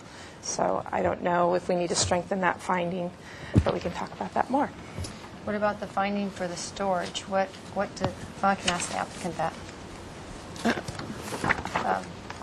Okay, so you're done? What's your red notes there? Oh, it's also categorically exempt under 15301, alterations to existing small structures. That is, with the recordation of the map, the use type has changed, and that's why that is also an exemption that would be added to the other exemption 15315 for minor alterations of land use. So that's the condo conversion part? Yes. Correct. Okay, thank you. If you'd like to state your name in association with the project. Hi, my name is Maruha Clense. I work with Suzanne Elledge Planning and Permitting Services. We are the agent for the owners. To my immediate left is Trish Allen. She also is with our firm. She's a teammate on the project. To my right is Colleen Kelly, property owner of 825 Victoria. And to Trish's left is Paige Patterson Wilson, property owner of 1229 Gillespie. Thank you, Mrs. Johnston and Ms. Reardon, for the presentation regarding how we're consistent with the general plan and zoning ordinances for making findings of a condo conversion. This project is exciting because it was the first pilot project for the Homes for People housing. And it is unique in that it is the first one. It's the smallest one with a 2-unit. And both property owners worked on it from literally the ground up back in 1981 and have been owner-occupied since that time. In 1996, the residents of Victoria had a 615-square-foot second-story addition, which was approved and allowed with the non-conforming existing one-car parking space and allowed to maintain that. In 2007, the residents on Gillespie underwent a 422-square-foot addition and remodel with 2 modifications approving the parking and garage in the front and side setbacks. Nearly completed. They are currently underground in utilities, as I'm sure you saw at the site visit, and there's Colleen Kelly working away at trenching. Just goes to show how much these ladies and their families have really put blood, sweat, literally, and tears into these homes from the very beginning. Again, as to reiterate what Ms. Johnston mentioned, we do have a couple concerns about the condition for the driveway apron and some questions about the conditions, but we'll wait for when we can talk about that in further detail. And property owners are here to answer any questions you may have about the property. Okay, great. Thank you. Is her speaker slip? She has one. She filled one out. Oh. You don't need to fill it. I took that on her. Oh. That's page in 1982. That's the Victoria, right? Mm-hmm. We're standing in what is now the driveway garden area in the front there. All that. Facing Victoria Street. Right. Planted by me. There's also a wonderful shot of this is the back of Gillespie when it was, and this is the front of 825 Victoria as it was in 1981. It literally was condemned house. It should have been a tear down, but because we got the maximum from City Rehab, which was $20,000 to which predates. Steve, the young man over here. We got $20,000 to rehab it. We did a lot of sweat equity. I was on the property for a solid year. We ate a lot of beans and rice that year, and ran classes with Homes for People. I was a carpenter at the time, as proven by my tool belt. So we couldn't tear it down. We had to rehab it. And as you can see from the photos, Mike Goins was the inspector who was driving by and saw this wreck of a house and busted it. So that's the house we actually purchased. And then Paige's house was the infill for the project. And we went before City Council to get the $50,000 to build her house. So needless to say, the $20,000 didn't go really a lot, very far. So we were left pretty much with pretty raw, unfinished houses. And we've been putting sweat equity into it ever since because life goes on. And, you know, we have family now. And if you turn that page some more, see, that's the house we purchased. And I don't remember what year that, let's see, 91. So that's about 1990, 91, 92, because that boy is in college now.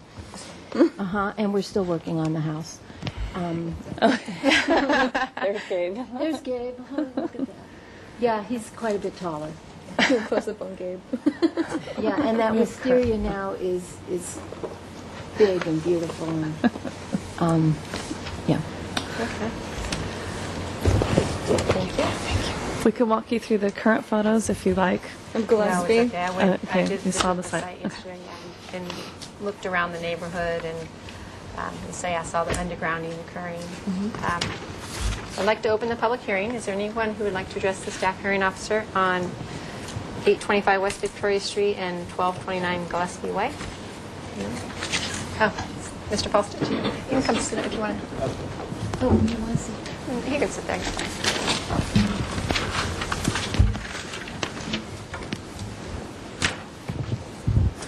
Hello, my name is Stephen Falstich. I'm the Housing Program Supervisor for the City of Santa Barbara. And I just wanted to indicate my longstanding support for this application. From the very beginning, this project was... Oops. Green light on the top. Okay. Great. I'll just say it quickly again. I'm Stephen Falstich, the city's Housing Program Supervisor. I was a young man when this project started. The kid in the jammies? That's right. That's not me. But I've been with the city 25 years and been involved with this project ever since. I think it was the first thing I worked on when I started with the city. It was always the intent that these two units be separate units, either on separate parcels or in the form of condominiums. And it's taken quite a while to get to the point where everything came together, and that's possible. And I just wanted to say that I've worked with the applicants for a number of years, and I'm very supportive of this and also of the revised affordability covenants that are updated in form and continue the initial intent and period that was contemplated from the very beginning of the project. Okay.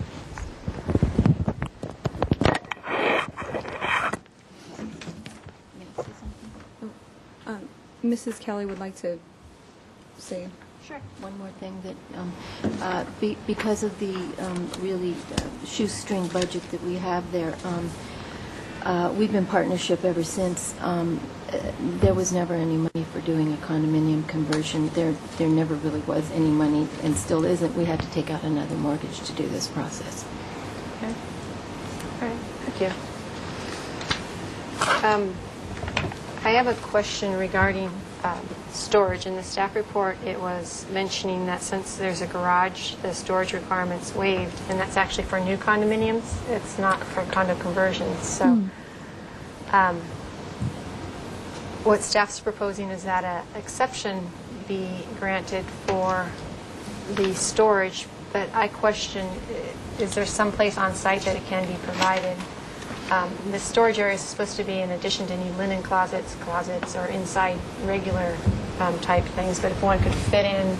The garage has an attic, which provides a great deal of storage. We're referring to the Gillespie. Yeah. Correct. This one has one over here that needs... Right. Yeah, if you turn to the elevations, I can show you what it is. Colleen did the design. The elevations. Of Gillespie? The one before? Oh, there it is. Oh. Sorry. The plate height up here is 10 feet, but the ceiling height's at 8 feet. So you actually have 5 feet from the ceiling to the ridge. Some people can walk through there. But it goes from end to end. So and it's got a pull-down stair to it. I can actually stand up in the center of it. And Now, what about like lawn equipment and stuff? Where would that go? Or yard? Garage. Do you know the dimensions of it? Is Yeah, there, what's the you know, dimension of your garage? There's room for storage in addition to parking the car. It's 21 by 11'6" for a one-car garage. considering our lawnmower is about this big, and a push mower, that's plenty. But Chelsea's here. Yeah, right here. You want to go over there?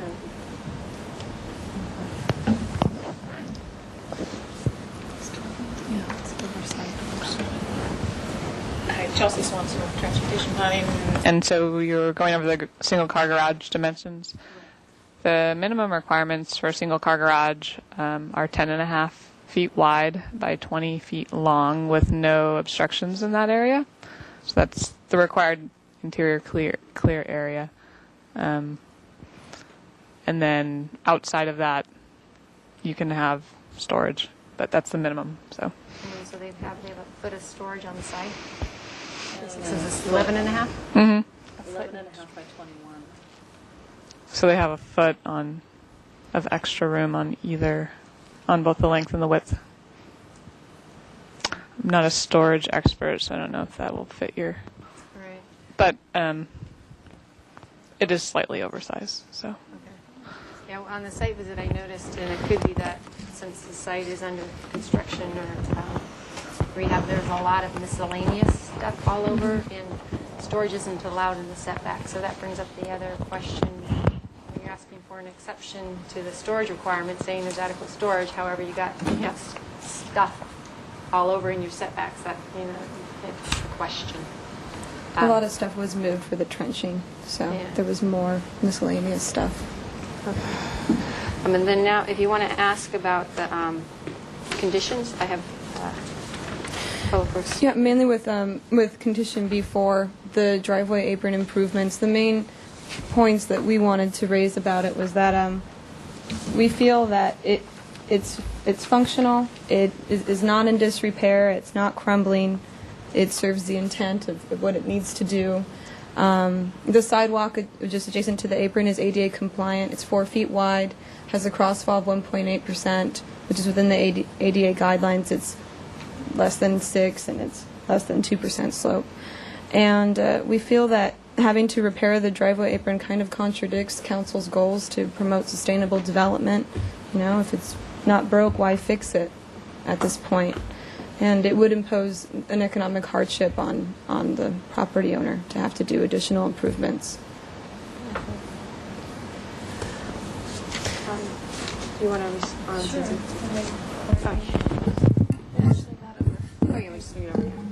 That works.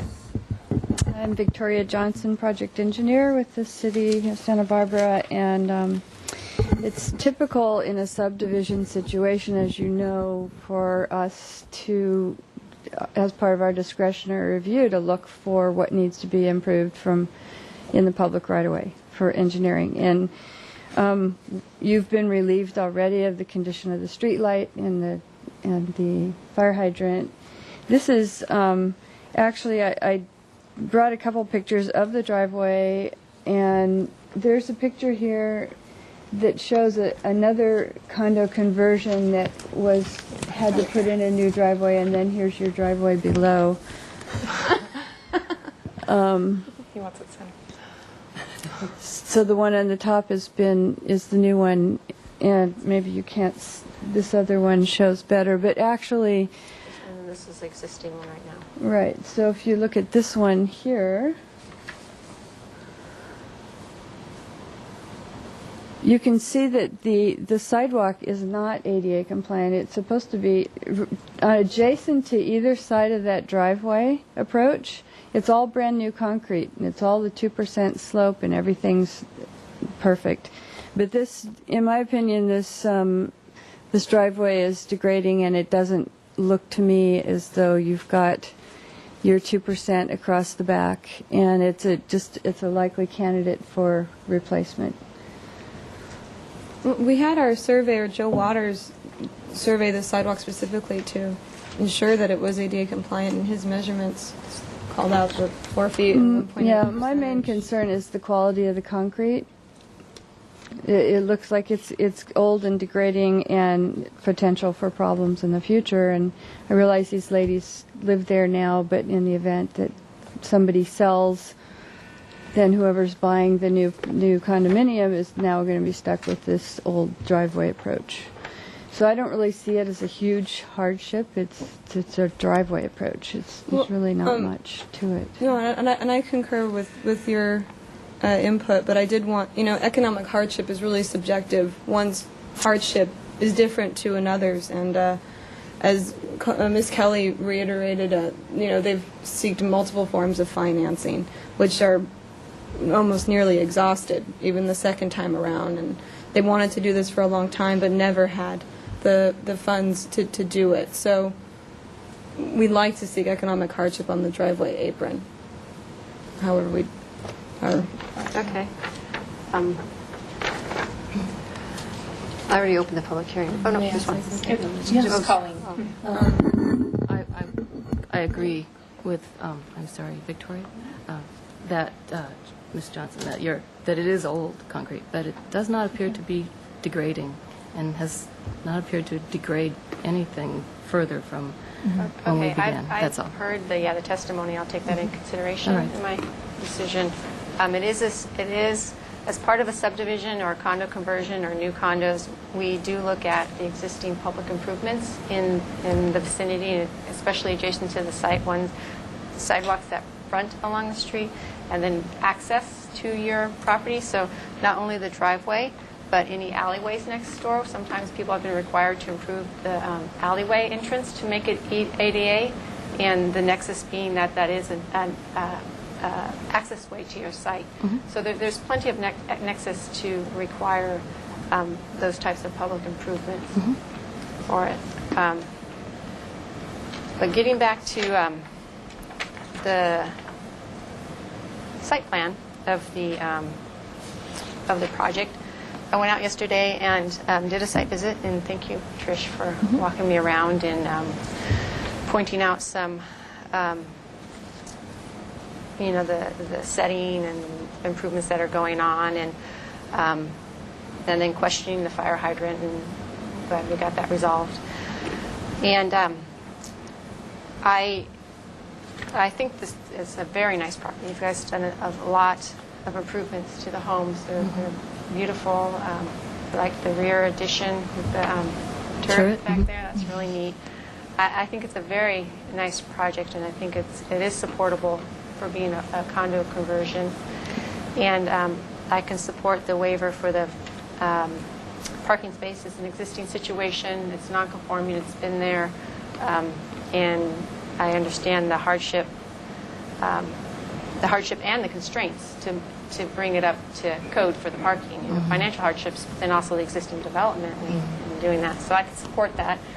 I have concerns on the storage, because like I said, it's hard to know how much is a result of the upgrades going on of the storage within the setbacks, just trying to get it out of the way so you can use your yard area, and then how much occurs naturally. So I am inclined to support the exception to the storage requirement, but I would like maybe a little, if it doesn't encroach into the open yard area, Trish, you may know, a little storage shed where you could put the larger, like a lawnmower, because I think your lawnmower is larger than what would be allowed in the garage. We have a push mower. A push mower? Mm-hmm. Okay. We have been green and sustainable since way before it was fashionable. Okay. Not to mention we don't have much lawn. It can hang on the wall. So, lawn isn't sustainable. Now, this is the required open yard right here. That the location. 1250. Okay, Correct. So if there was a little garden shed put here, that wouldn't encroach into your... that's my front courtyard. Oh, your front courtyard. That's where you came in, the brick area Right. with the table and the planting areas. One thing, Mr. Reardon, that we didn't get a chance to mention is that because the finished floors are raised, there are storage opportunities for both houses underneath covered porches, and there's crawl space also. And it sounds to me like I don't know if you share a lawnmower, but there's the possibility of storing the lawnmower in the existing shed adjacent to Victoria, and it probably could fit in this garage as well. I think that with the remodel that's just been completed, and Paige's spends, there's basically a private open yard area out here in front of her porch that she would like to keep as open as possible. Okay. I see Mr. Cotto came up to the table. Hi, Danny Cotto, Senior Planner with the Planning Division. I wanted to chime in on the storage issue. So for new condos, if you have a garage, that then you don't have to provide the whatever cubic feet of storage. 300. And that doesn't require an oversized garage. You could have the minimum size for new condos. You could have the minimum size. You could have a 10.5 by 20 foot garage. With the storage unit above the trunk. Right, but, and even though the 10.5 by 20 or the 20 by 20 for a two-car garage is the minimum, there is a, in my opinion anyway, that there is a, I'm trying to think of the word, acknowledgement that there is storage going on in a garage, and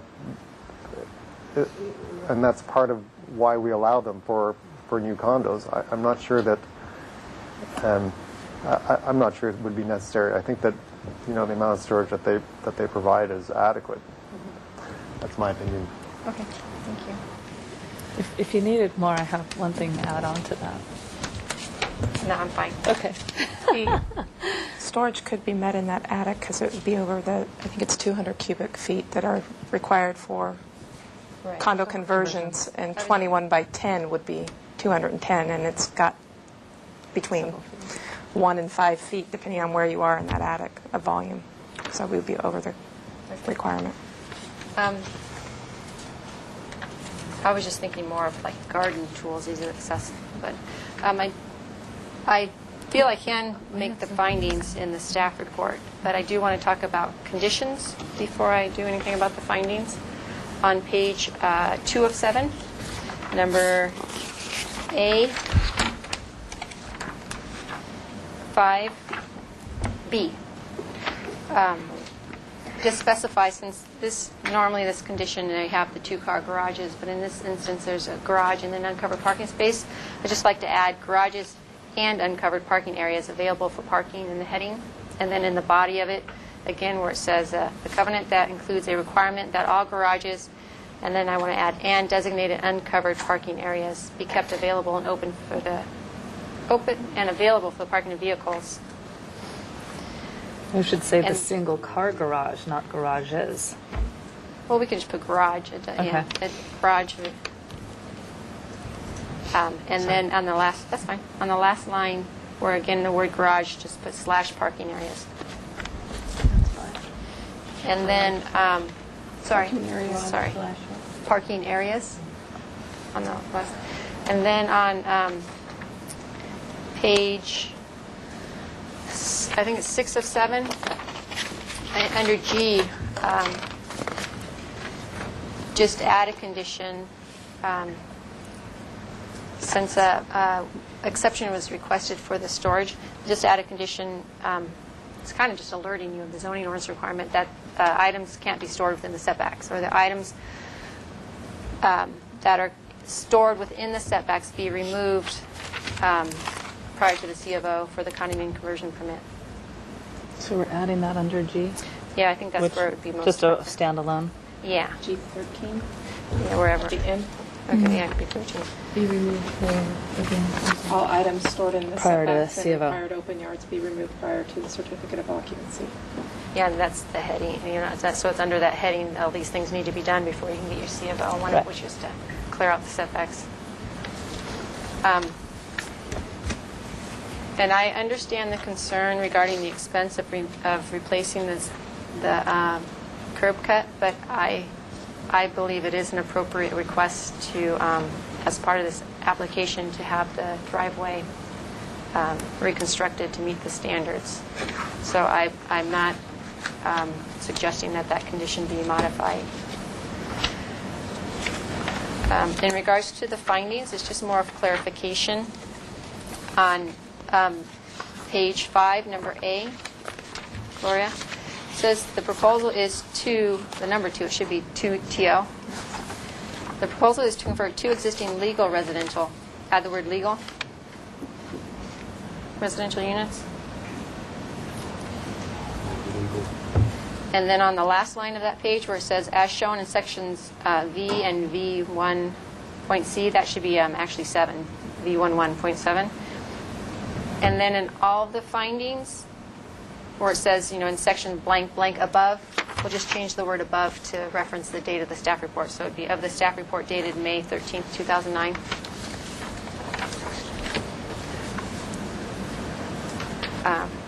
And then do you have this exception findings? They're built into finding B3. about the property is legal and non-conforming as to front setbacks, the economic impact of providing an additional parking space for the proposed condominium at 825 West Victoria is not justified by the benefit of doing so, and the enclosed garage improvement for the proposed condominium unit at 1229 Gillespie Way offsets the need for separate private storage space. Okay, so this says 15-foot required setback. It's legally non-conforming? It's 15 feet. Legal and non-conforming as to parking. Okay, so as to parking, okay, Not the the property location, is legally non-conforming as to parking. Okay, I want to separate these out and have it be its own new B, Gloria, like we did on Wentworth. So this finding, when you get the resolution, it's going to be, these are going to be pulled up into its own separate finding. And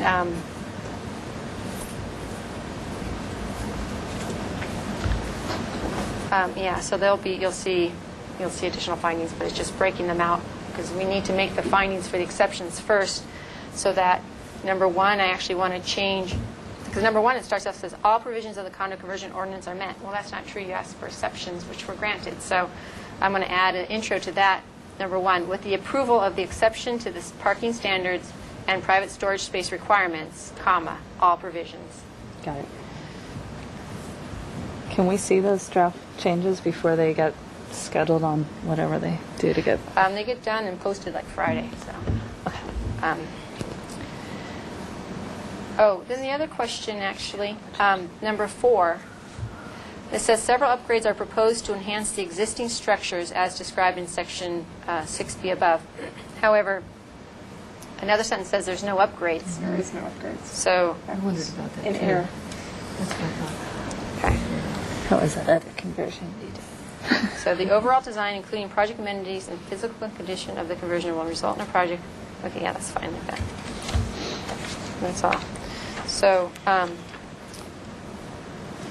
so I can make the findings as revised, as we discussed right now, and approve the project subject to the revised conditions of approval. Do I need to state which ones are revised as we discussed? And my action is appealable to the Planning Commission within 10 calendar days. And they also have the oversight authority. And so they review my actions and they have the ability to call it up within the same 10-day calendar period. And that's only happened if if the project raises some community issue or some policy change. And in a project like this with the condo conversion, I don't foresee that, but they have the ability. And if that were to occur, Suzanne would contact you guys. Okay? Do you have a project? Yeah. Great, thank you. Thanks, staff, for changing the conditions 20 times. Thank You're you. pounding on them. Did you want to keep this? Or did you Yes, want to- please. Thank you. These are ours. I have to stay for the next one. So. Okay, now we are going back to 110 West Sola Street. And if you'd like to come back up, Jeff. Could I request about 5 minutes to chat with Trish? Oh, since I couldn't hear what he decided outside. Okay. I'm reconvening the meeting, and we are back on 110 West Sola Street. Okay, hi, I'm Jeff Gorell with Lindvik and Minor Architects, and this is Trish Allen with Suzanne Elledge's office. And we had a good conversation with the owners, and the issues, as we understand, there's still patios and privacy facing the World Institute, but recognizing that there's still an egress that has to happen along that side, and then the number of cars and the unit sizes. And the owners said on their... Let's look at the first floor plan. We'll talk about patios and unit sizes. Second floor. So the discussions, as I understood it, we were talking about this patio here, particularly being across from the residence, and the patios here, but this 6-foot wall, you were uncomfortable with, even going back to HLC with that. So the owner, I said, okay, we'll try to work with you, and we can give up some space.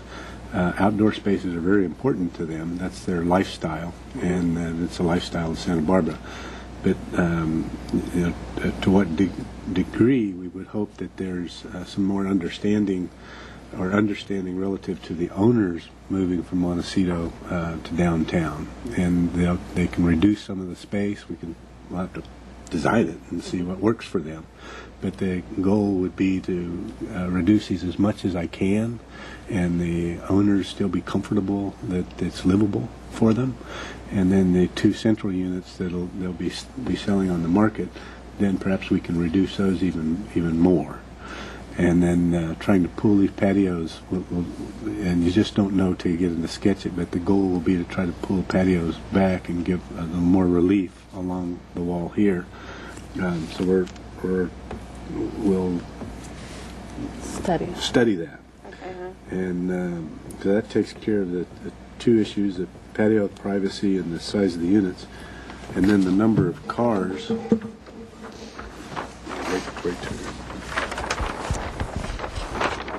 And then the number of cars, we need some clarification. We have some thoughts, and as one gets into restudying it, it's helpful to have some understanding, because it makes a big difference in the direction you go and how the study goes. And one of the thoughts that we have are, again, as I described, the 2 owners that are living downtown that intend on walking a lot. That's why they want to move down here and downsize. But they do both. One that tends to help the elderly, and they both serve on different charities and different functions like that. So they go in different directions, and you need a vehicle for that, and they have 2 vehicles. So their desire would be for the owners to keep the 2-car garages, and then perhaps the center units that'll be sold, maybe those could get become 1-car garages and reduce in space, and part of that becomes storage maybe, and the courtyard might get a little larger, and then perhaps 1 or 2 commercial spaces could go away, and I'm just throwing out thoughts. Maybe we set that up for a communal electric cart that plugs into the wall, and and that's available to the residents. They're going to run downtown to do get a lot of groceries or something like that as a possibility. So that'd be 1, 2, maybe 3 or 4 cars. That's I want to throw that thought out, because we need to get a better feel for. Well, I was thinking more, yes, for policy consistency, determination in regards to being, I call it overparked, you call it normal parked. That's right, yeah. And the idea of reducing building mass and size through not providing extra parking, so that doesn't really get to that issue. It just reduces the number of spaces. But I also realized that by physically removing that space from the building, that's going to cause a major redesign for the upper floors.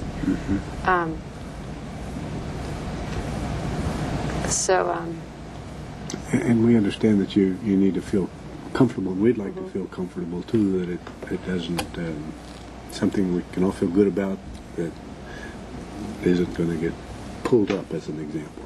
Yeah, right. I see Danny putting on his. Mr. Kato, would you like to say something? Yes, I would.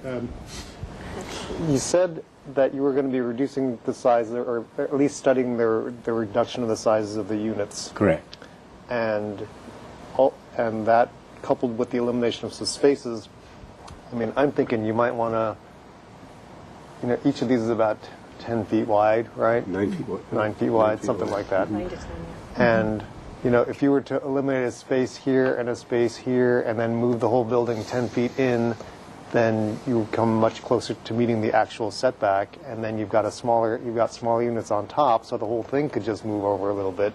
I would recommend that you study that. Get it to 10 feet. Well, get it to. I mean, if you There's could not get really it. a magic number, but the 10 feet is the base. It's 10 feet or 1/2 the height of the building. That's why when I threw that out earlier, that's just what I was saying. Yeah. The first floor doesn't have the basic 10. I mean, if you could come back with a building that doesn't that doesn't need a setback mod, then that would be the best, of course. But I think by reducing the parking and reducing the unit size, you could at least pull this back further away from the setback, and that should be. I recommend you study that. That's a good direction. Go ahead. I forget what mechanical is in this Well, shelter. Well, we may. Well, there's two reasons. That the main element, when you have an enclosed parking garage like this, you have to exhaust the carbon monoxides out. So that you have ductwork that'll come around here and that'll take it, and then I have a flue that works its way all the way up to the roof. And the second thing is we probably will have in here. We're talking about radiant floor heating system, so you would need units in there for that. Cool. And that sort of thing. And that might be on the small side. I have a question and go off it. Okay. I mean, certainly looking at some alternatives and design alternatives, the most efficient way to achieve that is to maintain the building footprint, the siding that's been designed already. So that, of course, was our first pass at it. But I know what you're saying.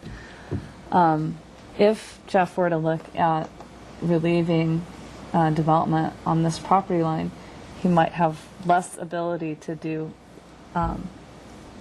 if that's where the reductions occur. I don't know how well that facilitates achieving what you want to see over here. That's something you can study. We're trying to see kind of an order of priority too, without second guessing you too. So. You don't have that crystal ball over there? I think mine's damaged too, Stacy. So.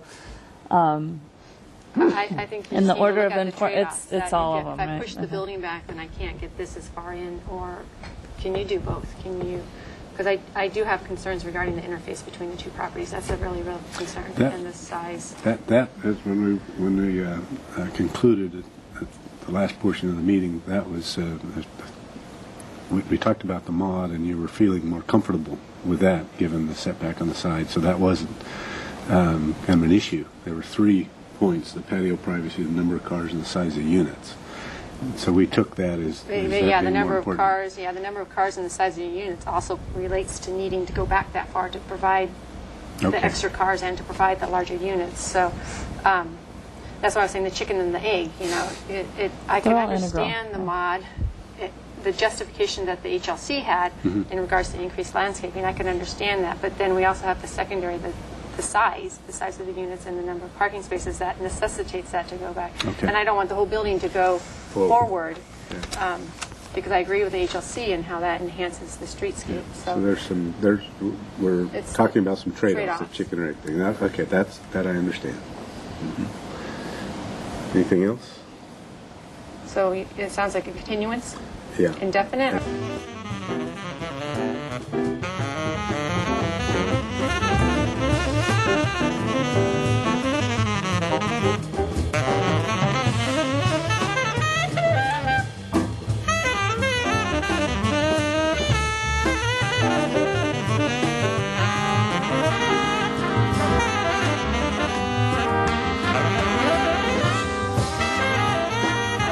The ND has to be taken by June 24th. Okay, I don't. Once you approve the ND, a different time clock starts of 60 days. To approve the project. To approve the project or deny the project. There is a one-time extension of 90 days that we can add to that if we're not done within that 60 days. There's no implications with changing the scope of the project with adopting the ND? That's what I was trying to think what the issue areas were, and would the revised project wouldn't make the. It gets smaller, not bigger. Yeah, so I think it would only improve. I mean, at this point, It's less. most of the issue areas were less than significant and actually a project benefit. Archaeological monitoring and the historic. The cultural resource section is why we did the negative declaration, because we had a Class 2 impact. That was the driving factor. We've improved water quality, we've improved air quality, and a lot of different areas we were a greater than I feel comfortable adopting Oh, yeah. ND. No, we could be back within 60 days, and if it took a 90-day continuance, they ought to be able to get it all figured out within that amount of time. Okay. Just wanted to put all the No, cards no. on the table. And this is for show, you know. Correct. Yeah. Yes, okay, so what I will do is I will grant it an indefinite continuance, and for it to come back. And then I will adopt the final mitigated negative declaration. However, there's, in the findings, if you can change the Planning Commission to the staff hearing officer. So in items 1 and 3, it says in the Planning Commission's blah, blah, blah. So if you can change it to staff hearing officer. Well, the minutes reflect the issues that we discussed, just so that it's in the record in terms of what you're asking us to do. Yes, it will go into some discussion. They're more action-oriented versus word by word. But they will catch the important elements, and then we have the tape. It's on the computer. You can get it through Chronicus. So you don't have to wait to get a copy from our TV guys. It's right on. It might be tomorrow it's ready. It'll be on the website tomorrow? Yeah, tomorrow. So if you just go into government, and then on the side you'll see hearing agendas. So you go there, and then you click on that, and you'll get the video, so you can watch it again. Okay. So just one last very important clarification is, I'm going to try to pull it in as much as I can, lose some cars, but I don't think it's going to be possible to lose all of what would be considered normal for cars. Just the way. Okay, I can't say a yay or a nay. I can just tell you what my concerns are. Yeah. And then when you come back, we can discuss them. Okay. But I don't have the crystal ball on what I will say when it comes back. But if I have complete faith in you, responding to them. I know that you're a great architect and you As strongly as possible. Really do good things. Short of it being infeasible. Yeah. Okay. So you got that I adopted the ND. Okay. And I adjourn the meeting. Okay, thank you very much. Thank you.